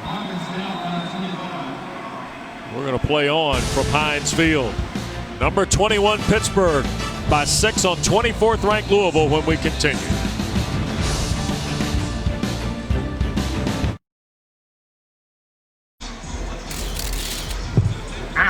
All right, the Aflac trivia question. Who played in ESPN's first live nationally televised regular season football game? September 1, 1984, BYU defeated Pitt at Venerable Pitt Stadium 20-14. The turf was as hard as a parking lot. Here is Cunningham, first down shot downfield, 2-2 Atwell, and it's broken up on the play by Damar Hamlin. And Roddy, as they say, let's roll the videotape. Robbie Bosco, Adam Haysbert, 50 yards late in the 4th quarter. Lavelle Edwards' team wins 20-14. BYU wins a national championship that year, despite Washington having, I don't know, maybe a harder schedule. I don't know. It's controversial, but anyway. I got to tell you, it does my heart good to see the old Pitt Stadium turf. First time these two schools played, Roddy. October 9th, 1976. The Panthers were 2nd in the country. Some guy from Western PA carried it 30 times for 130. Tony Dorsett. But it was Dorset then. Before everybody knew how to pronounce his name. Right. So with this Louisville drive, I like them taking the shot on first down. Malik Cunningham didn't have enough arm to get it out to 2-2 Atwell, but I like that mentality of attacking. They still find themselves in another 3rd down where Pitt's going to call a timeout, but those guys on the edge were getting ready to unleash. Pittsburgh, they're first of the half. Well, okay. This is a 30-second timeout. So the 6-point lead, and of course 33 is on the one of the banners here, one of the great banners they've got at Heinz Field. You see with Dan Marino and of course Larry Fitzgerald, and on the other side they give you Mark May, Jimbo Cobert, Bill Fralick, Mike Ditka, Hugh Green, who was one of my all-time favorites as a kid growing up. What a crew that they've had come through here. Larry Fitzgerald's going to play as long as Brady is, isn't he? Seemingly. All right, you mentioned the first down throw from Satterfield's team. Yep.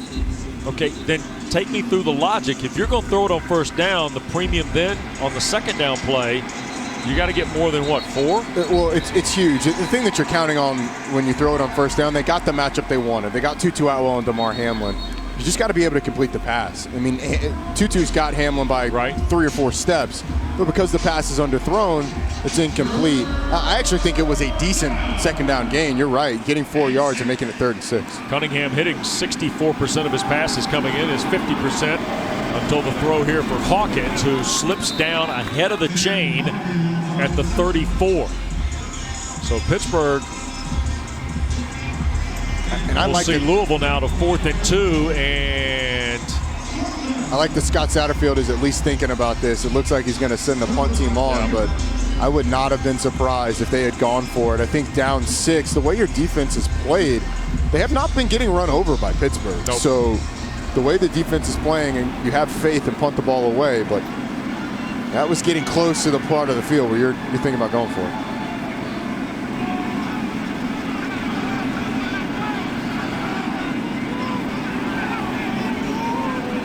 So Logan Lupo going to wait. And now delay of game is taken.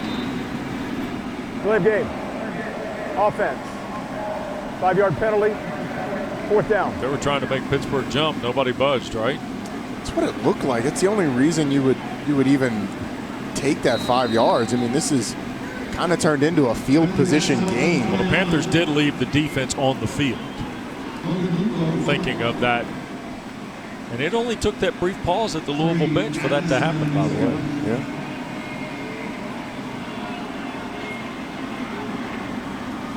And they're still going to fake it. Around the edge they go. First down and more for Louisville. Down the far sideline, Tabarius Peterson, the defensive lineman. Scott Satterfield outthought the Pittsburgh coaching staff there. They left the defense on, and Scott Satterfield wanted to call that fake. So he takes the delay of game for Pitt to put the punt return team on the field and then still runs the fake. That was an incredible series there. A great job by this Louisville offense and a great job by Scott Satterfield of being a step ahead. Fake punt pays off with Peterson. And the drive is alive for the Cardinals, who are down 6.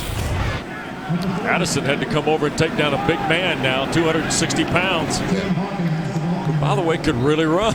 He was rumbling. He wasn't rumbling, he was striding. That was quite the turn of events, because you and I were sitting up here a little confused why you take the delay of game in that scenario, but it's to encourage the opposing sideline to put the punt return team on, right, so you can get the look that you want for the fake. It's just a fantastic job. Tabarius Peterson rumbling, bumbling, stumbling down the sideline. I'd say so. Second down. Now Cunningham to throw. Going to cut it loose for Atwell again, and Tutu can't catch up to it. Pennock was the defender with him. So now right back to 3rd and 6 again for the Cards. If I'm Louisville, you keep going back to it. It does not matter how often you get that man coverage. If you can get Tutu Atwell in man coverage, make them cover him. You're going to complete one of them, so keep putting the pressure on. So 3rd and 6 again. And you have to think it's 2-down territory for Louisville. Louisville 1 of 7 today on 3rd down, Roddy. They came in at 43%. Here's Cunningham on the keeper. Steps out of 1 and will be cut down short at the 31. It's a yard to the first down stake. And if he went for it on 4th and long after a delay of game, you know for sure Scott Satterfield's going to load it up here. Well, the creativity to use the aggressiveness of this defensive line against them. They've tried screens, they've tried little flare passes with blockers out in front. That time they just go with the quarterback draw. All right, both the tight ends have checked in now. Fitzpatrick and Atwell to the bottom of your screen. You see Hawkins and Ford are in the backfield with Cunningham. Let's not forget, Pitt has 12 tackles for loss so far in this game. They have been in the backfield all day long. There's Cunningham, wants to throw, hit as he does. They're looking for Atwell. Incomplete, and a flag will be thrown against A.J. Woods.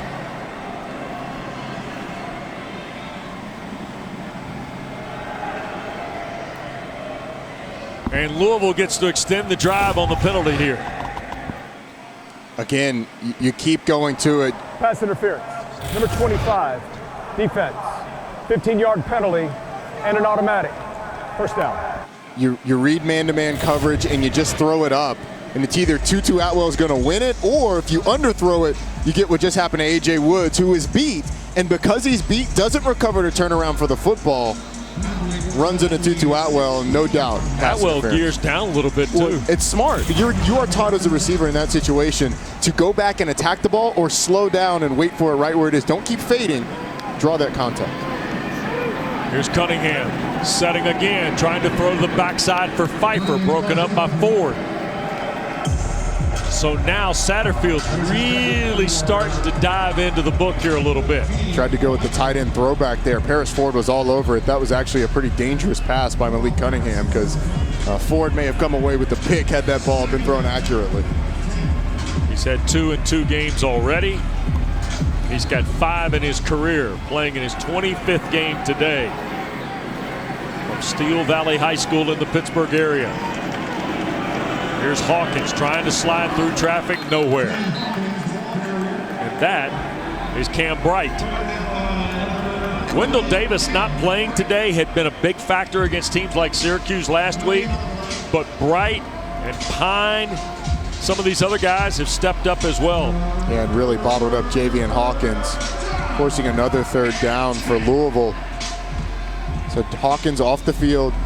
The question is, how many of these plays do you have if you're Louisville, right, where you can go to, you are almost guaranteeing that you're not going to get sacked because this Pitt defensive line has been in the zone, if you will. Hassan Hall in the backfield now. Cunningham wants to throw, pressure coming, hit as he does. Atwell caught it, is he in? Juggled it going through the end zone, ended up on the tarp, and Tutu Atwell might be hurt. Yeah, let's not forget those are seats under there, those plastic seats that are normally fans are occupying. So Atwell shaken up on the play.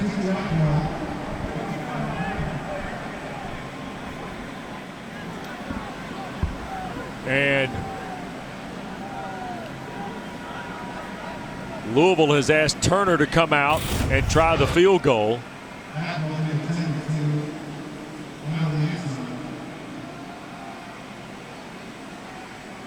Atwell never had possession of the ball. That's a touchdown if you're Louisville, and, and he's able to come up with that cleanly. They go to him again. There was some confusion on Pitt. They were shuffling guys around, trying to figure out who was going to cover who. I hope Atwell's okay. He's jogging off the field now. So this is going to be roughly about a 33, 34-yard field goal for Turner, who hit earlier today from 38. The holder is Ryan Harwell.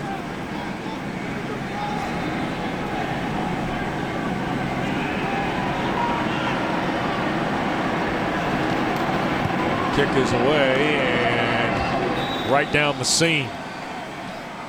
So the field goal cuts it to 3 at 23-20. Roddy was 6:01 to play in the third. Yeah, and Louisville really seemed to figure out what they wanted to do on that drive, and that's find wherever Tutu Atwell is, find the one-on-one matchup if Pitt's going to play man-to-man, and go to that consistently, and it almost paid off in a touchdown. Well, Roddy and Kelsey, we had a great visit with Pat Narduzzi this week, who talked extensively about just this defensive culture and mindset that he has with this football program, and particularly that unit this particular year, but also the fact that it's kind of the way he grew up. He played for his dad. Look at this great picture at Youngstown State, middle 1980s. Pat and his dad, Bill Narduzzi. And then Coach Narduzzi ultimately got into coaching.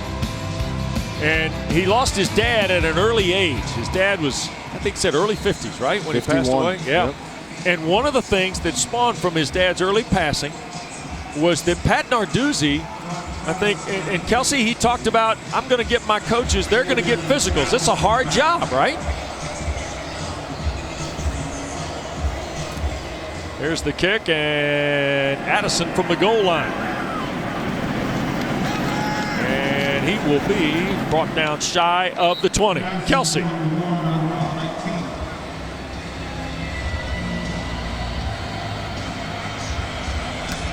Yep. Yeah, Wes, not sure if you guys can hear me, but you teed it up there perfectly. Coach Narduzzi has a history with his father. He had cancer, passed away when he was 51 years old. And so he says coaches don't take care of himself. So he makes all of his coaches get physicals. Well, fast rewind really to last year, and Randy Bates, their defensive coordinator, says he was moaning the whole way down to get a physical. It was at that physical that he found out he had tonsil cancer. It's something that they kept in the team all last year, Wes. Throwing first down to Taysir Mack. Picks up about 9. Kelsey, Randy Bates was unbelievable talking about this with us the other day. He was, because he said it just meant so much to him. Basically, the team was told that he was battling cancer, and they were able to keep it within the family. He said it meant so much to him. He would walk in, and there were days that Paris Ford and some of these other guys would just look at him as he's going through chemo and radiation and just give him a hug and say, hey, Coach, we're here with you. He says it was a great escape for him just to get away for a little while, and it meant so much to the players as well. It's a great story, and Randy Bates, a remarkable coaching journey. And here is Davis spinning away toward midfield before the Cardinals can finally draw him down, Roddy. Yeah, and Randy Bates wanted us to let everybody know that he came here, Pittsburgh, he thought to coach a team, but it was really to have his life saved by the fact that Pat Narduzzi made him go get a physical. So the one thing he told us at the end was, make sure you let everybody know who's listening to go get a physical. It saved my life. And Pat Narduzzi talked about the fact that these coaches often don't want to do it, almost never want to do it, but it is so important. And Pat Narduzzi asked all of us, you going to got your physical? Checking us out, making sure we were good. Yep. Toward midfield, Vincent Davis kind of getting things geared up here in the last half minute of the third period, isn't it? Because Davis now has sparked this Pittsburgh possession. He has, and we've seen Pitt go under center some. I don't know if we'd seen that at all before this drive. Pitt going under center, looking a little bit more like Pat Narduzzi's teams have in the past, and they will take a 3-point lead into this fourth quarter. We go to the fourth quarter, two ranked teams. 23-20, Pittsburgh the lead. Game one of a triple header today on ACC Network, and we have got a good one going to quarter four. Big plays back and forth. It's not been perfect, but it has been entertaining. Final 15 is next from Heinz Field.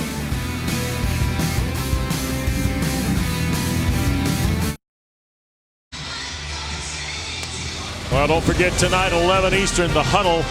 Jordan Cornette, Eric McLean, E.J. Manuel, Mark Rick. Complete breakdowns of all 6 ACC games today.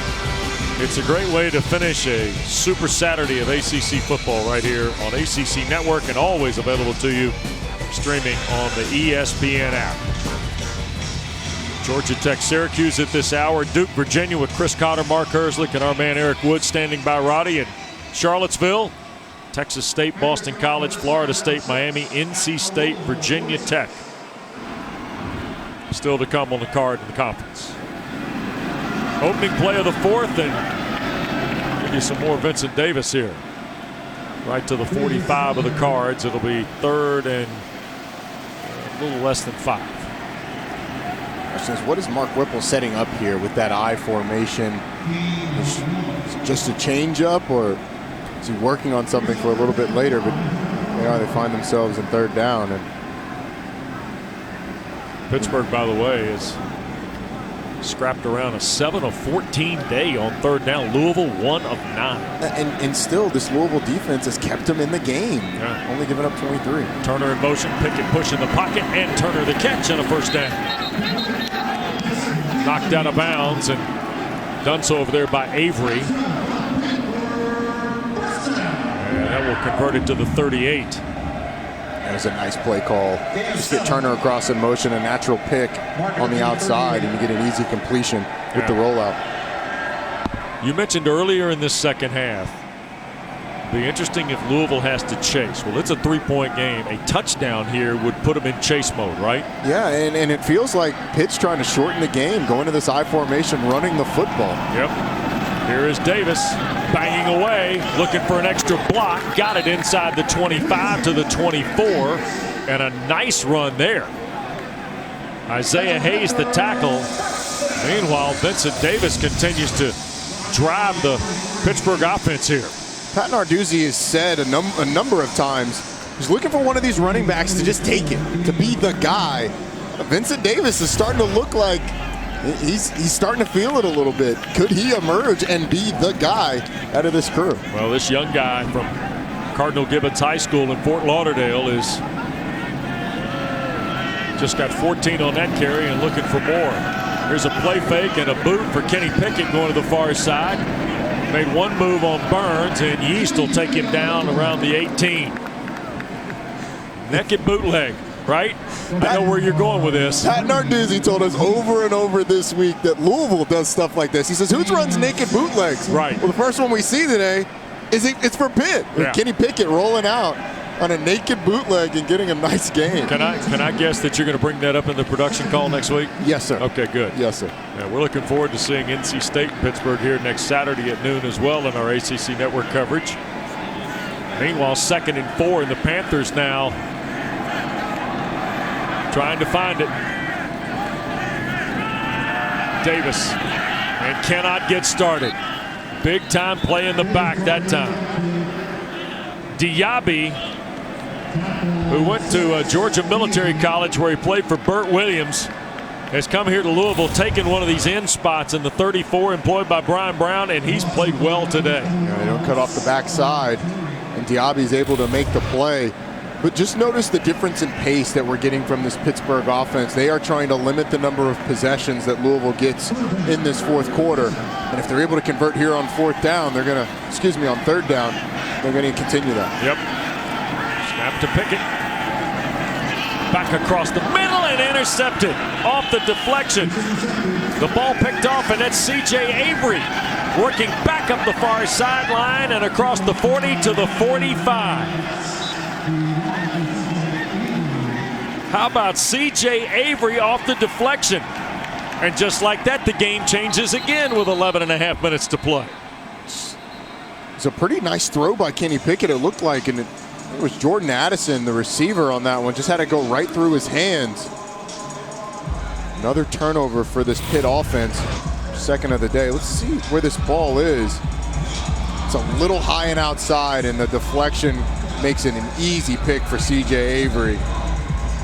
Not quite as on target as I originally thought, but Louisville able to dodge a bullet. Yep. And a nice return by Avery. So they set up shop here at the 45. Malik Cunningham. And this is Hall trying to get to the perimeter, keeps his feet across midfield, and then finally taken down by big Tyler Bentley. Well, a few times today, Louisville's gotten anything going on first down with that outside zone play. A really nice job on that one. Let's check with Kelsey. Yeah, Wes, I just wanted to tell you guys something that I noticed. I'm over on the Louisville sideline, and on those last two plays, everyone nearly is on their feet being as loud as they can. This is the first time Louisville has had to play with no one as around, and they said, hey, we'll manufacture the energy we need on the sidelines. We know these coaches definitely have energy, and the players were involved there too. Cunningham trying for the shot and the interception. And it's Hamlin who's come up with the pick. And now DeMar Hamlin will circle around the field. They'll get the basketball goal ready. And DeMar will set it down. That was one of those LeBron James bring it back and slam it. Crazy turn of events. And it looked like Malik Cunningham was just thrown off by the coverage on that one. Louisville confused him. Looked like he expected man. He certainly did not expect Hamlin to fall off and recover under this route. But an easy pick for DeMar Hamlin. Fifth career interception for Hamlin, who went to Central Catholic. And he and Ford clearly the guys in the secondary. Malik Cunningham only threw 5 interceptions all year last year. He's thrown 3 in this early campaign already. Pittsburgh from the 32. Abanaconda getting started on the drive. Picked up a couple of the 34, and Roddy, here's the clock. Yep. Mark Whipple is more than happy playing at different tempos. We saw them early in the game going at a pretty good pace. But here it's going to be huddle. It's going to be Kenny Pickett run to the sideline. Let's run the football. Yep. Keep an eye on that play clock as much as you watch the game clock on this Pittsburgh possession. Here's the throw backside, trying to go to Mack, and broken up on the play across the way by Clark. It's a fantastic play. Sure was. Just sat on the route, broke on it, undercut it. I thought he had a chance at picking it at some point, but that ball was a little outside. He was able to knock it down. And as much as we've talked about Louisville's struggles on offense today, this Louisville defense has done a pretty darn good job against Pitt on offense. Yep. They've been put in some bad situations over the course of this game and forced Pitt to kick field goals, and have really kept this game close. Here's Pickett firing to the far side. What a catch by Addison. A shoe top catch around the 47-yard line. He's measured out at the 50, and that'll extend the drive. Can't say enough about the freshman today. This kid is going to be a star in this league, and if it doesn't happen this year, it is going to happen during his career. That's as good a catch as you'll see. Here's Kenny Pickett. Abanikanda 5 to the 45. And Roddy, I mentioned the play clock a moment ago, and you've got it on our screen for you. As you see that game clock tick, look where Pitt's snapping the ball. It's down right 12, 11, 10. They're not taking it all the way down. They don't want to mess with their own operation, but they're certainly not in a hurry. Well, again, you just want to limit the number of shots that Louisville's going to get in this one. And if you're able to put points on the board, that obviously makes it tougher, but so does the fact that your defense has played well, and Louisville is just not going to have a ton of shots. As you see, Pitt moves the chains with another first down. Yep, that'll take them up near 150 yards of rushing in the ball game. The Panthers came in averaging 137 through the first 2 ball games. Louisville was allowing 139.5, and now all of a sudden the 8:22 mark. First down and 10. Right around the Louisville 38-yard line in a 3-point ball game.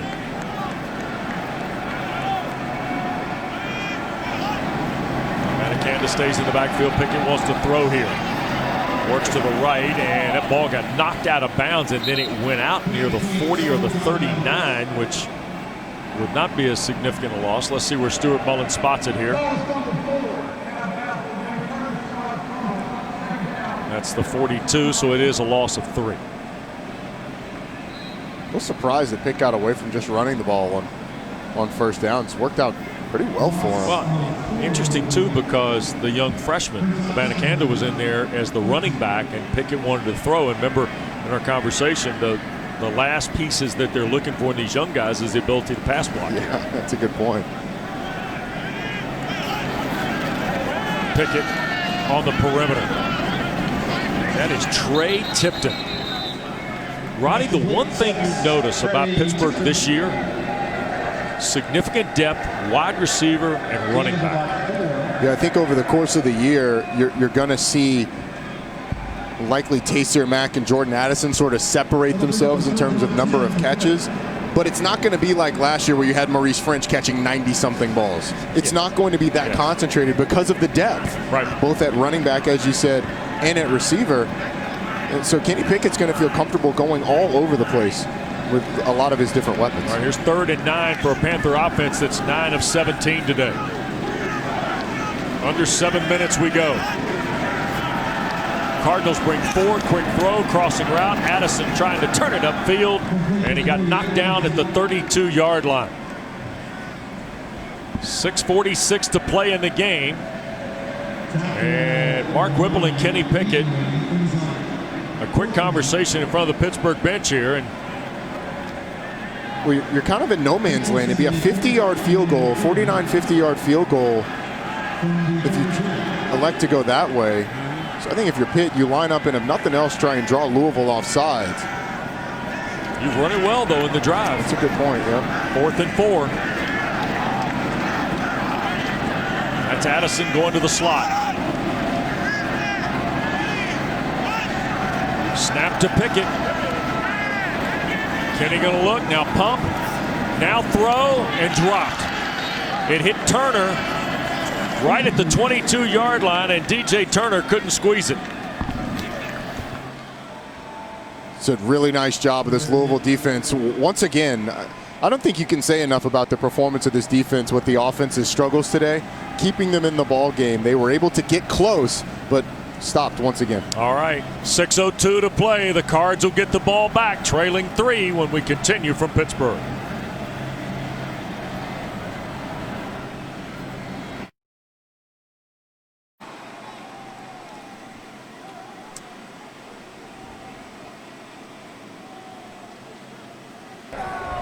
False start. Number 75, offense. 5-yard penalty. First down. 3-point game, 6 minutes to go, and as we rejoin you, a false start penalty on the Cards.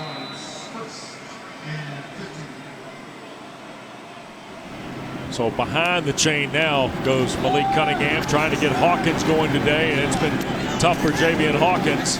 He did have the one explosive play back late in quarter 1, but elsewise, Pittsburgh's done a great job hemming it in.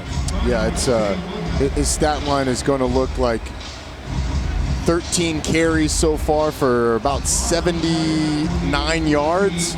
75 of those came on one play, so that average of 6.3 is a little misleading. Right. You talk about Javian Hawkins there. 2nd down and 13. Here's Cunningham trying to work up the field, and whoa, got away from one, and then the traffic really got thick. And number 12 was right there. Paris Ford along with DeMar Hamlin. Have not called Paris Ford's name aloud. It's been more DeMar Hamlin today, but Ford has been all over the field, especially in the run game. He and Hamlin may be the best tandem of safeties in the entire conference. Yep. One of the best in the country. They complement each other so well. Ford doing a lot of the stuff to the boundary in the run game, and Hamlin, as Coach Narduzzi describes it, one of the best cover safeties in the country. 3rd down and 7. Under 5 to go. Cunningham put it up for grabs, and it was caught, but shy of the 1st down. Pfeiffer, the tight end, but was Malik Cunningham in the grasp? He is down on the play. And a timeout asked for by referee Stuart Mullins here. And Wes, I'm not sure he started the game with that knee brace on. I think that's something that's new over the course of this game. A great play by Malik Cunningham of getting the ball out. Well, now, Roddy, an interesting situation. He's got to leave the field for one play. Yeah, unless Scott Satterfield will elect to take a timeout. And, right. and on a 4th down, I think it'd be worth it, if he can, if he's okay, to take that timeout. Meanwhile, Evan Conley looks like he's getting ready to warm up across the way. And Conley, the sophomore from Kell High School outside of Atlanta. He was the hero of the Wake win last year. Remember late in the season? Yeah. In Winston-Salem? That was a heck of a ball game. Yes, it was. Like arena football on field turf. It certainly was. I'm a little surprised to see Scott Satterfield punting the ball away here down near midfield. But he knows Pitt's going to run the ball, and he's got 3 timeouts. Yeah, but you're really counting on stopping Pitt. Right. Pretty quickly, because they're going to go into their they've been in their 4-minute offense the entire 4th quarter, it seems like. Pittsburgh's leaving the defense on the field. That got punted away toward Addison, who will make the fair catch. We'll take a timeout. 3-point game. 4:16 to go at Heinz Field.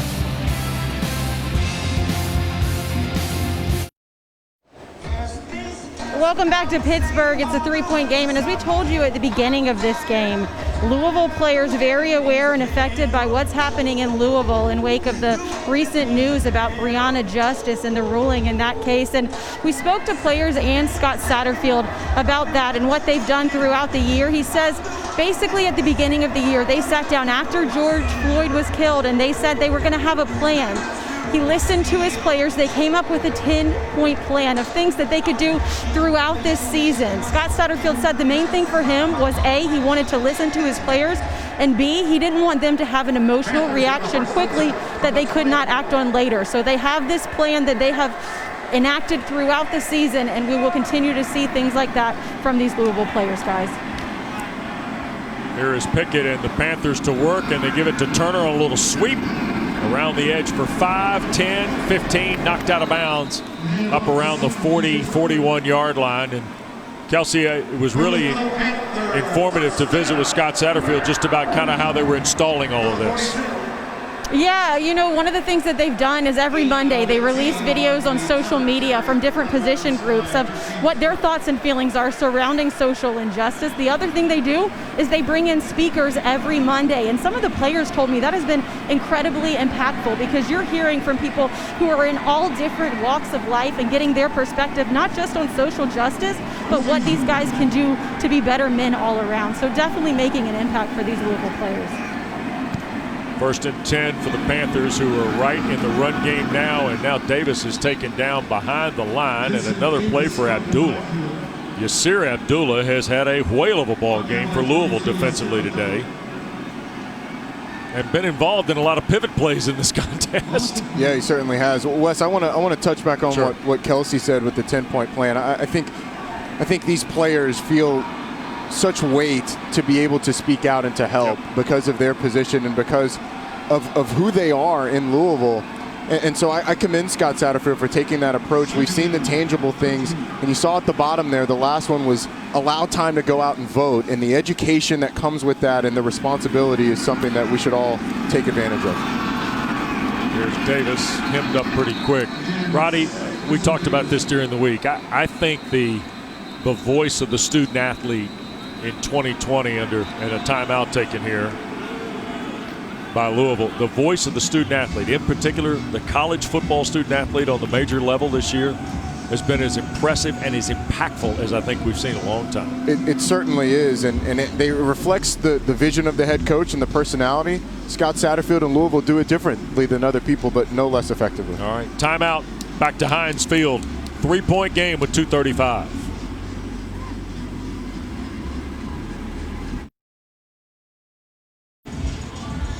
Well, you see the details of the ball game. 1 timeout remaining for Scott Satterfield. Or 2 timeouts remaining for both schools, I beg your pardon. 3-point game. Kenny Pickett's got the freshman Vincent Davis with him, or sophomore Vincent Davis with him in the backfield. And they are going to throw here out of the timeout on 3rd down. Going to take the shot for Addison over the top and incomplete. Isaiah Hayes in coverage for the Cards. And Addison actually had a shot at this ball before Hayes got over there, went right through his arms. And it's interesting, I mean, that ends up being not a bad shot because you have Addison open, but Kenny Pickett had a receiver open underneath that would have been a safe completion, would have kept the clock running. Right. It probably would have ended up short of the 1st down, but opted to go for the shot, and now Louisville's going to get the ball back with around 2:20 left. And not having to call the timeout, Roddy. Rajay Burns will wait. Kirk Christodoulou the punt. And it's a good one. Hangs it high to the near side. Fair catch made inside the 20, around the 17. 2:27 to go. Pittsburgh trying to get to 3-0. Louisville trying to get their first conference win.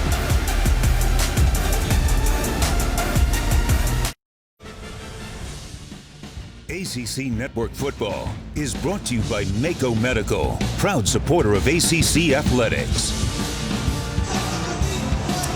Heinz Field, Pittsburgh, 2:27 to go. Number 21 Panthers lead number 24 Louisville by 3. Malik Cunningham cut through, runs through 1 tackle, and picks up the 1st down at the 28-yard line. So Cunningham shaking up on the last drive, back in there, and scampers for 11. A nice gain on 1st down. And Wes, of course this game comes down to this matchup. Didn't necessarily think it'd be 23-20 when it did. Right. But you get the powerful offense against the defense that has been all over Malik Cunningham today. 1st down and 10, clock at 2 minutes. Atwell in motion. Remember, he was shaken up earlier too. Trying to set the screen and incomplete. Atwell was coming back for it. Ball was thrown offline, and Jason Pinnock, the senior from Windsor, Connecticut. Is one heck of a play by Jason Pinnock, retracing the steps of Tutu Atwell, getting under the block and disrupting this.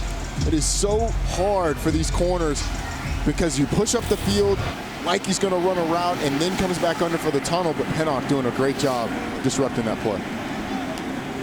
2nd down 10. Quick throw, and the catch made. Fitzpatrick got knocked out. No, Atwell got knocked out of bounds, I think, on a glancing blow by Paris Ford. Well, on the first play where Malik Cunningham scrambled, that looked to be one of those plays where Louisville wanted to take a shot. That was a smart decision to go with the safe play to cut down the 3rd down. Yep. The 3rd down conversion. But again, it's going to be, you have to give Malik Cunningham enough time to be able to find a receiver downfield. 1:46 to go. They went to the sideline the last 2 attempts here. Here's Cunningham escaping the pocket. Weaver gives chase. He heads to the far side, keeps his feet, but slides down.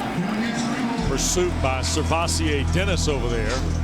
And now we're looking at 4th and 4 with 1:28 to play. Louisville still got the 2 timeouts. They're going to use one of them here, Roddy. Yeah, that's smart by Scott Satterfield. You got to get your best play. You got to get the play that you feel most comfortable with. That was a fantastic job by Malik Cunningham, though. I mean, Pittsburgh wasn't able to get the initial pressure. The offensive line actually did a good job for Louisville, but the receivers were blanketed by this Pitt defensive backs. Malik Cunningham scrambled to cut it down to 4th and somewhat manageable. The question is, what do you go to here? They haven't really had anything that has consistently gotten them that they've been able to go to consistently. So it'll be interesting to see. In a scenario like this,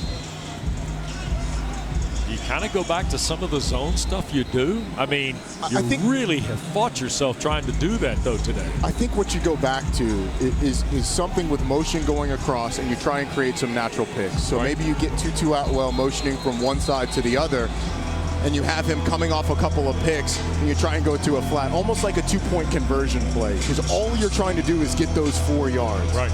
So you go to your board and you say, all right, what are our best plays to get us 2 or 3 yards, and how can we extend that to 4? So let's see what Cunningham comes up with here. And now Pittsburgh's going to use one of their 2 remaining. Timeout. Pittsburgh, their second of the half. This will be a 30-second timeout. So we've grounded all the way down now to where we're point counterpoint on timeout. You got to get a look, and now the question is, it's a little bit of game theory. They've seen our formation. Do we change our play, or do we still go back to the play that we thought would work? Right. That's the big question. They had Fitzpatrick and Atwell to the bottom, tight, and then 2 receivers to the top, tight as well. But Pitt obviously wanted to get a look at it. Now they're going to call a defense that. Well, you've talked this through a couple times today. There is a Hamlin-Ford deal as it relates to the safety play. Hamlin's going to be on the Atwell slot, correct? Typically, unless Atwell's lined up to the boundary. And then you may be able to get a matchup with Paris Ford. But being predictable in that way lets Pittsburgh switch that if they want to. Maybe you flip it and you get one of the corners like Pennock or Williams on Tutu Atwell. Completely different formation. You get Atwell to the top of your screen now. Out of the Pitt timeout. Cunningham wants to throw. Pressure coming. He will put it up for grabs, and it's intercepted. Pennock gets the pick. Cunningham is down, and the Panthers have flexed today, Roddy, with 3 second-half interceptions.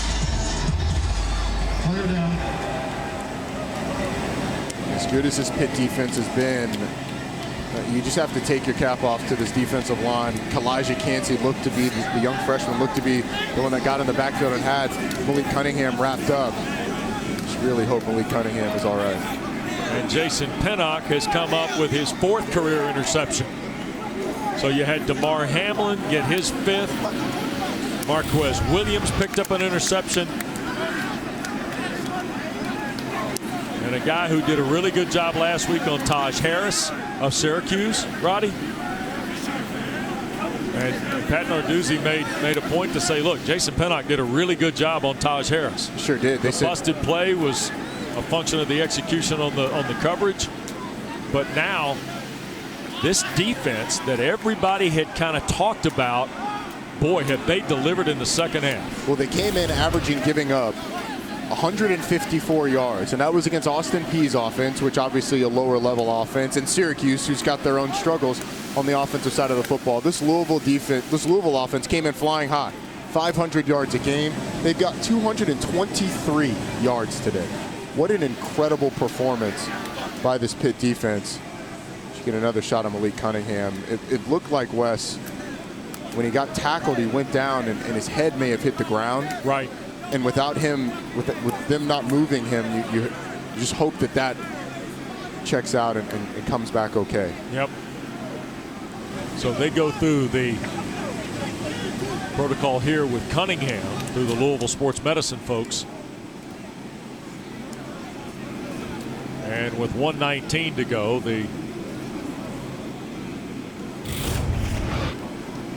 here's a replay on the Cunningham simply trying to get the ball out.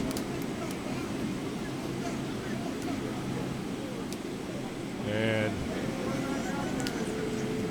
He goes down in the arms of Cancy.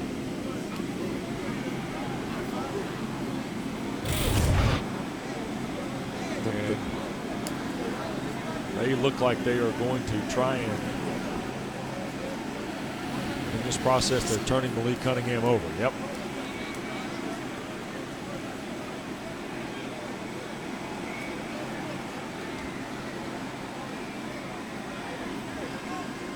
And I do see hand movement, so that's a good indicator. It certainly is.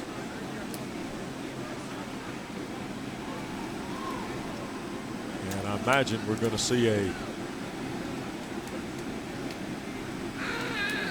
before they move it, they want to make sure they're absolutely in position to do so. So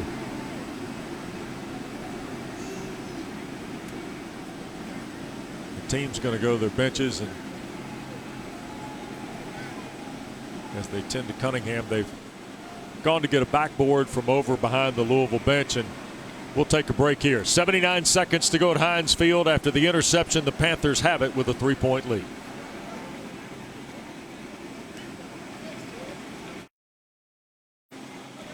Well, you can see the cart and other medical personnel have come to the surface here at Heinz Field in Pittsburgh on to tend to quarterback Malik Cunningham of Louisville, who on a 4th down play was tackled and has stayed down. He was face down when they started, and they have been able to roll him over to his back, but in order to make sure that everything is as stable as possible, they're being very careful as they get him to a backboard and are able to put him on the cart. Here's the 4th down play, Roddy, we were talking of a moment ago. Yeah, it was really good coverage on the back end, but Kalijah Cansey wraps up Cunningham. You see back hits the ground, head hits the ground. That's really the only forcible contact that we're able to see there, but right. Fortunately, Lee Cunningham has not gotten up yet, and you just pray for the young man and hope that everything comes out okay and that this is just a scare. Absolutely. Meanwhile, a tremendous amount of concern on behalf of both schools here, as you might imagine. We did see his left hand move briefly. But they are making particularly sure that they're trying to be as stable as possible in getting him to this cart. It's been a ball game that in this second half, where we expected a lot of big plays, Roddy, we've seen a couple big plays, but it's really morphed itself down into about possession and scheme in some ways. Well, the story of the game is the fact that there have been 6 total points in the second half. Right. And a field goal for both teams. It has been dominated by the defenses. This Pitt defense over and over answered the bell, and Louisville's defense should get a lot of credit for how well they played in this game as well. And unfortunately for Louisville, it looks like unless something crazy happens in the last 79 seconds, they're going to end up dropping this ball game. Well, they only have 1 timeout remaining, and Pittsburgh's going to have the ball up near the 40-yard line after the interception by Pinnock. And Malik Cunningham has just given a thumbs up, it looks like, to his teammates after he was put to the cart. And here at Heinz Field, because it is obviously the home of the Pittsburgh Steelers, they can at least do some of the preliminary examinations with the Louisville sports medicine folks and get an idea. And then if they need to, of course, the folks at UPMC, what a tremendous facility it is, not only for situations like this, Roddy, but the work that those folks are doing now as it relates to the pandemic and the coronavirus. So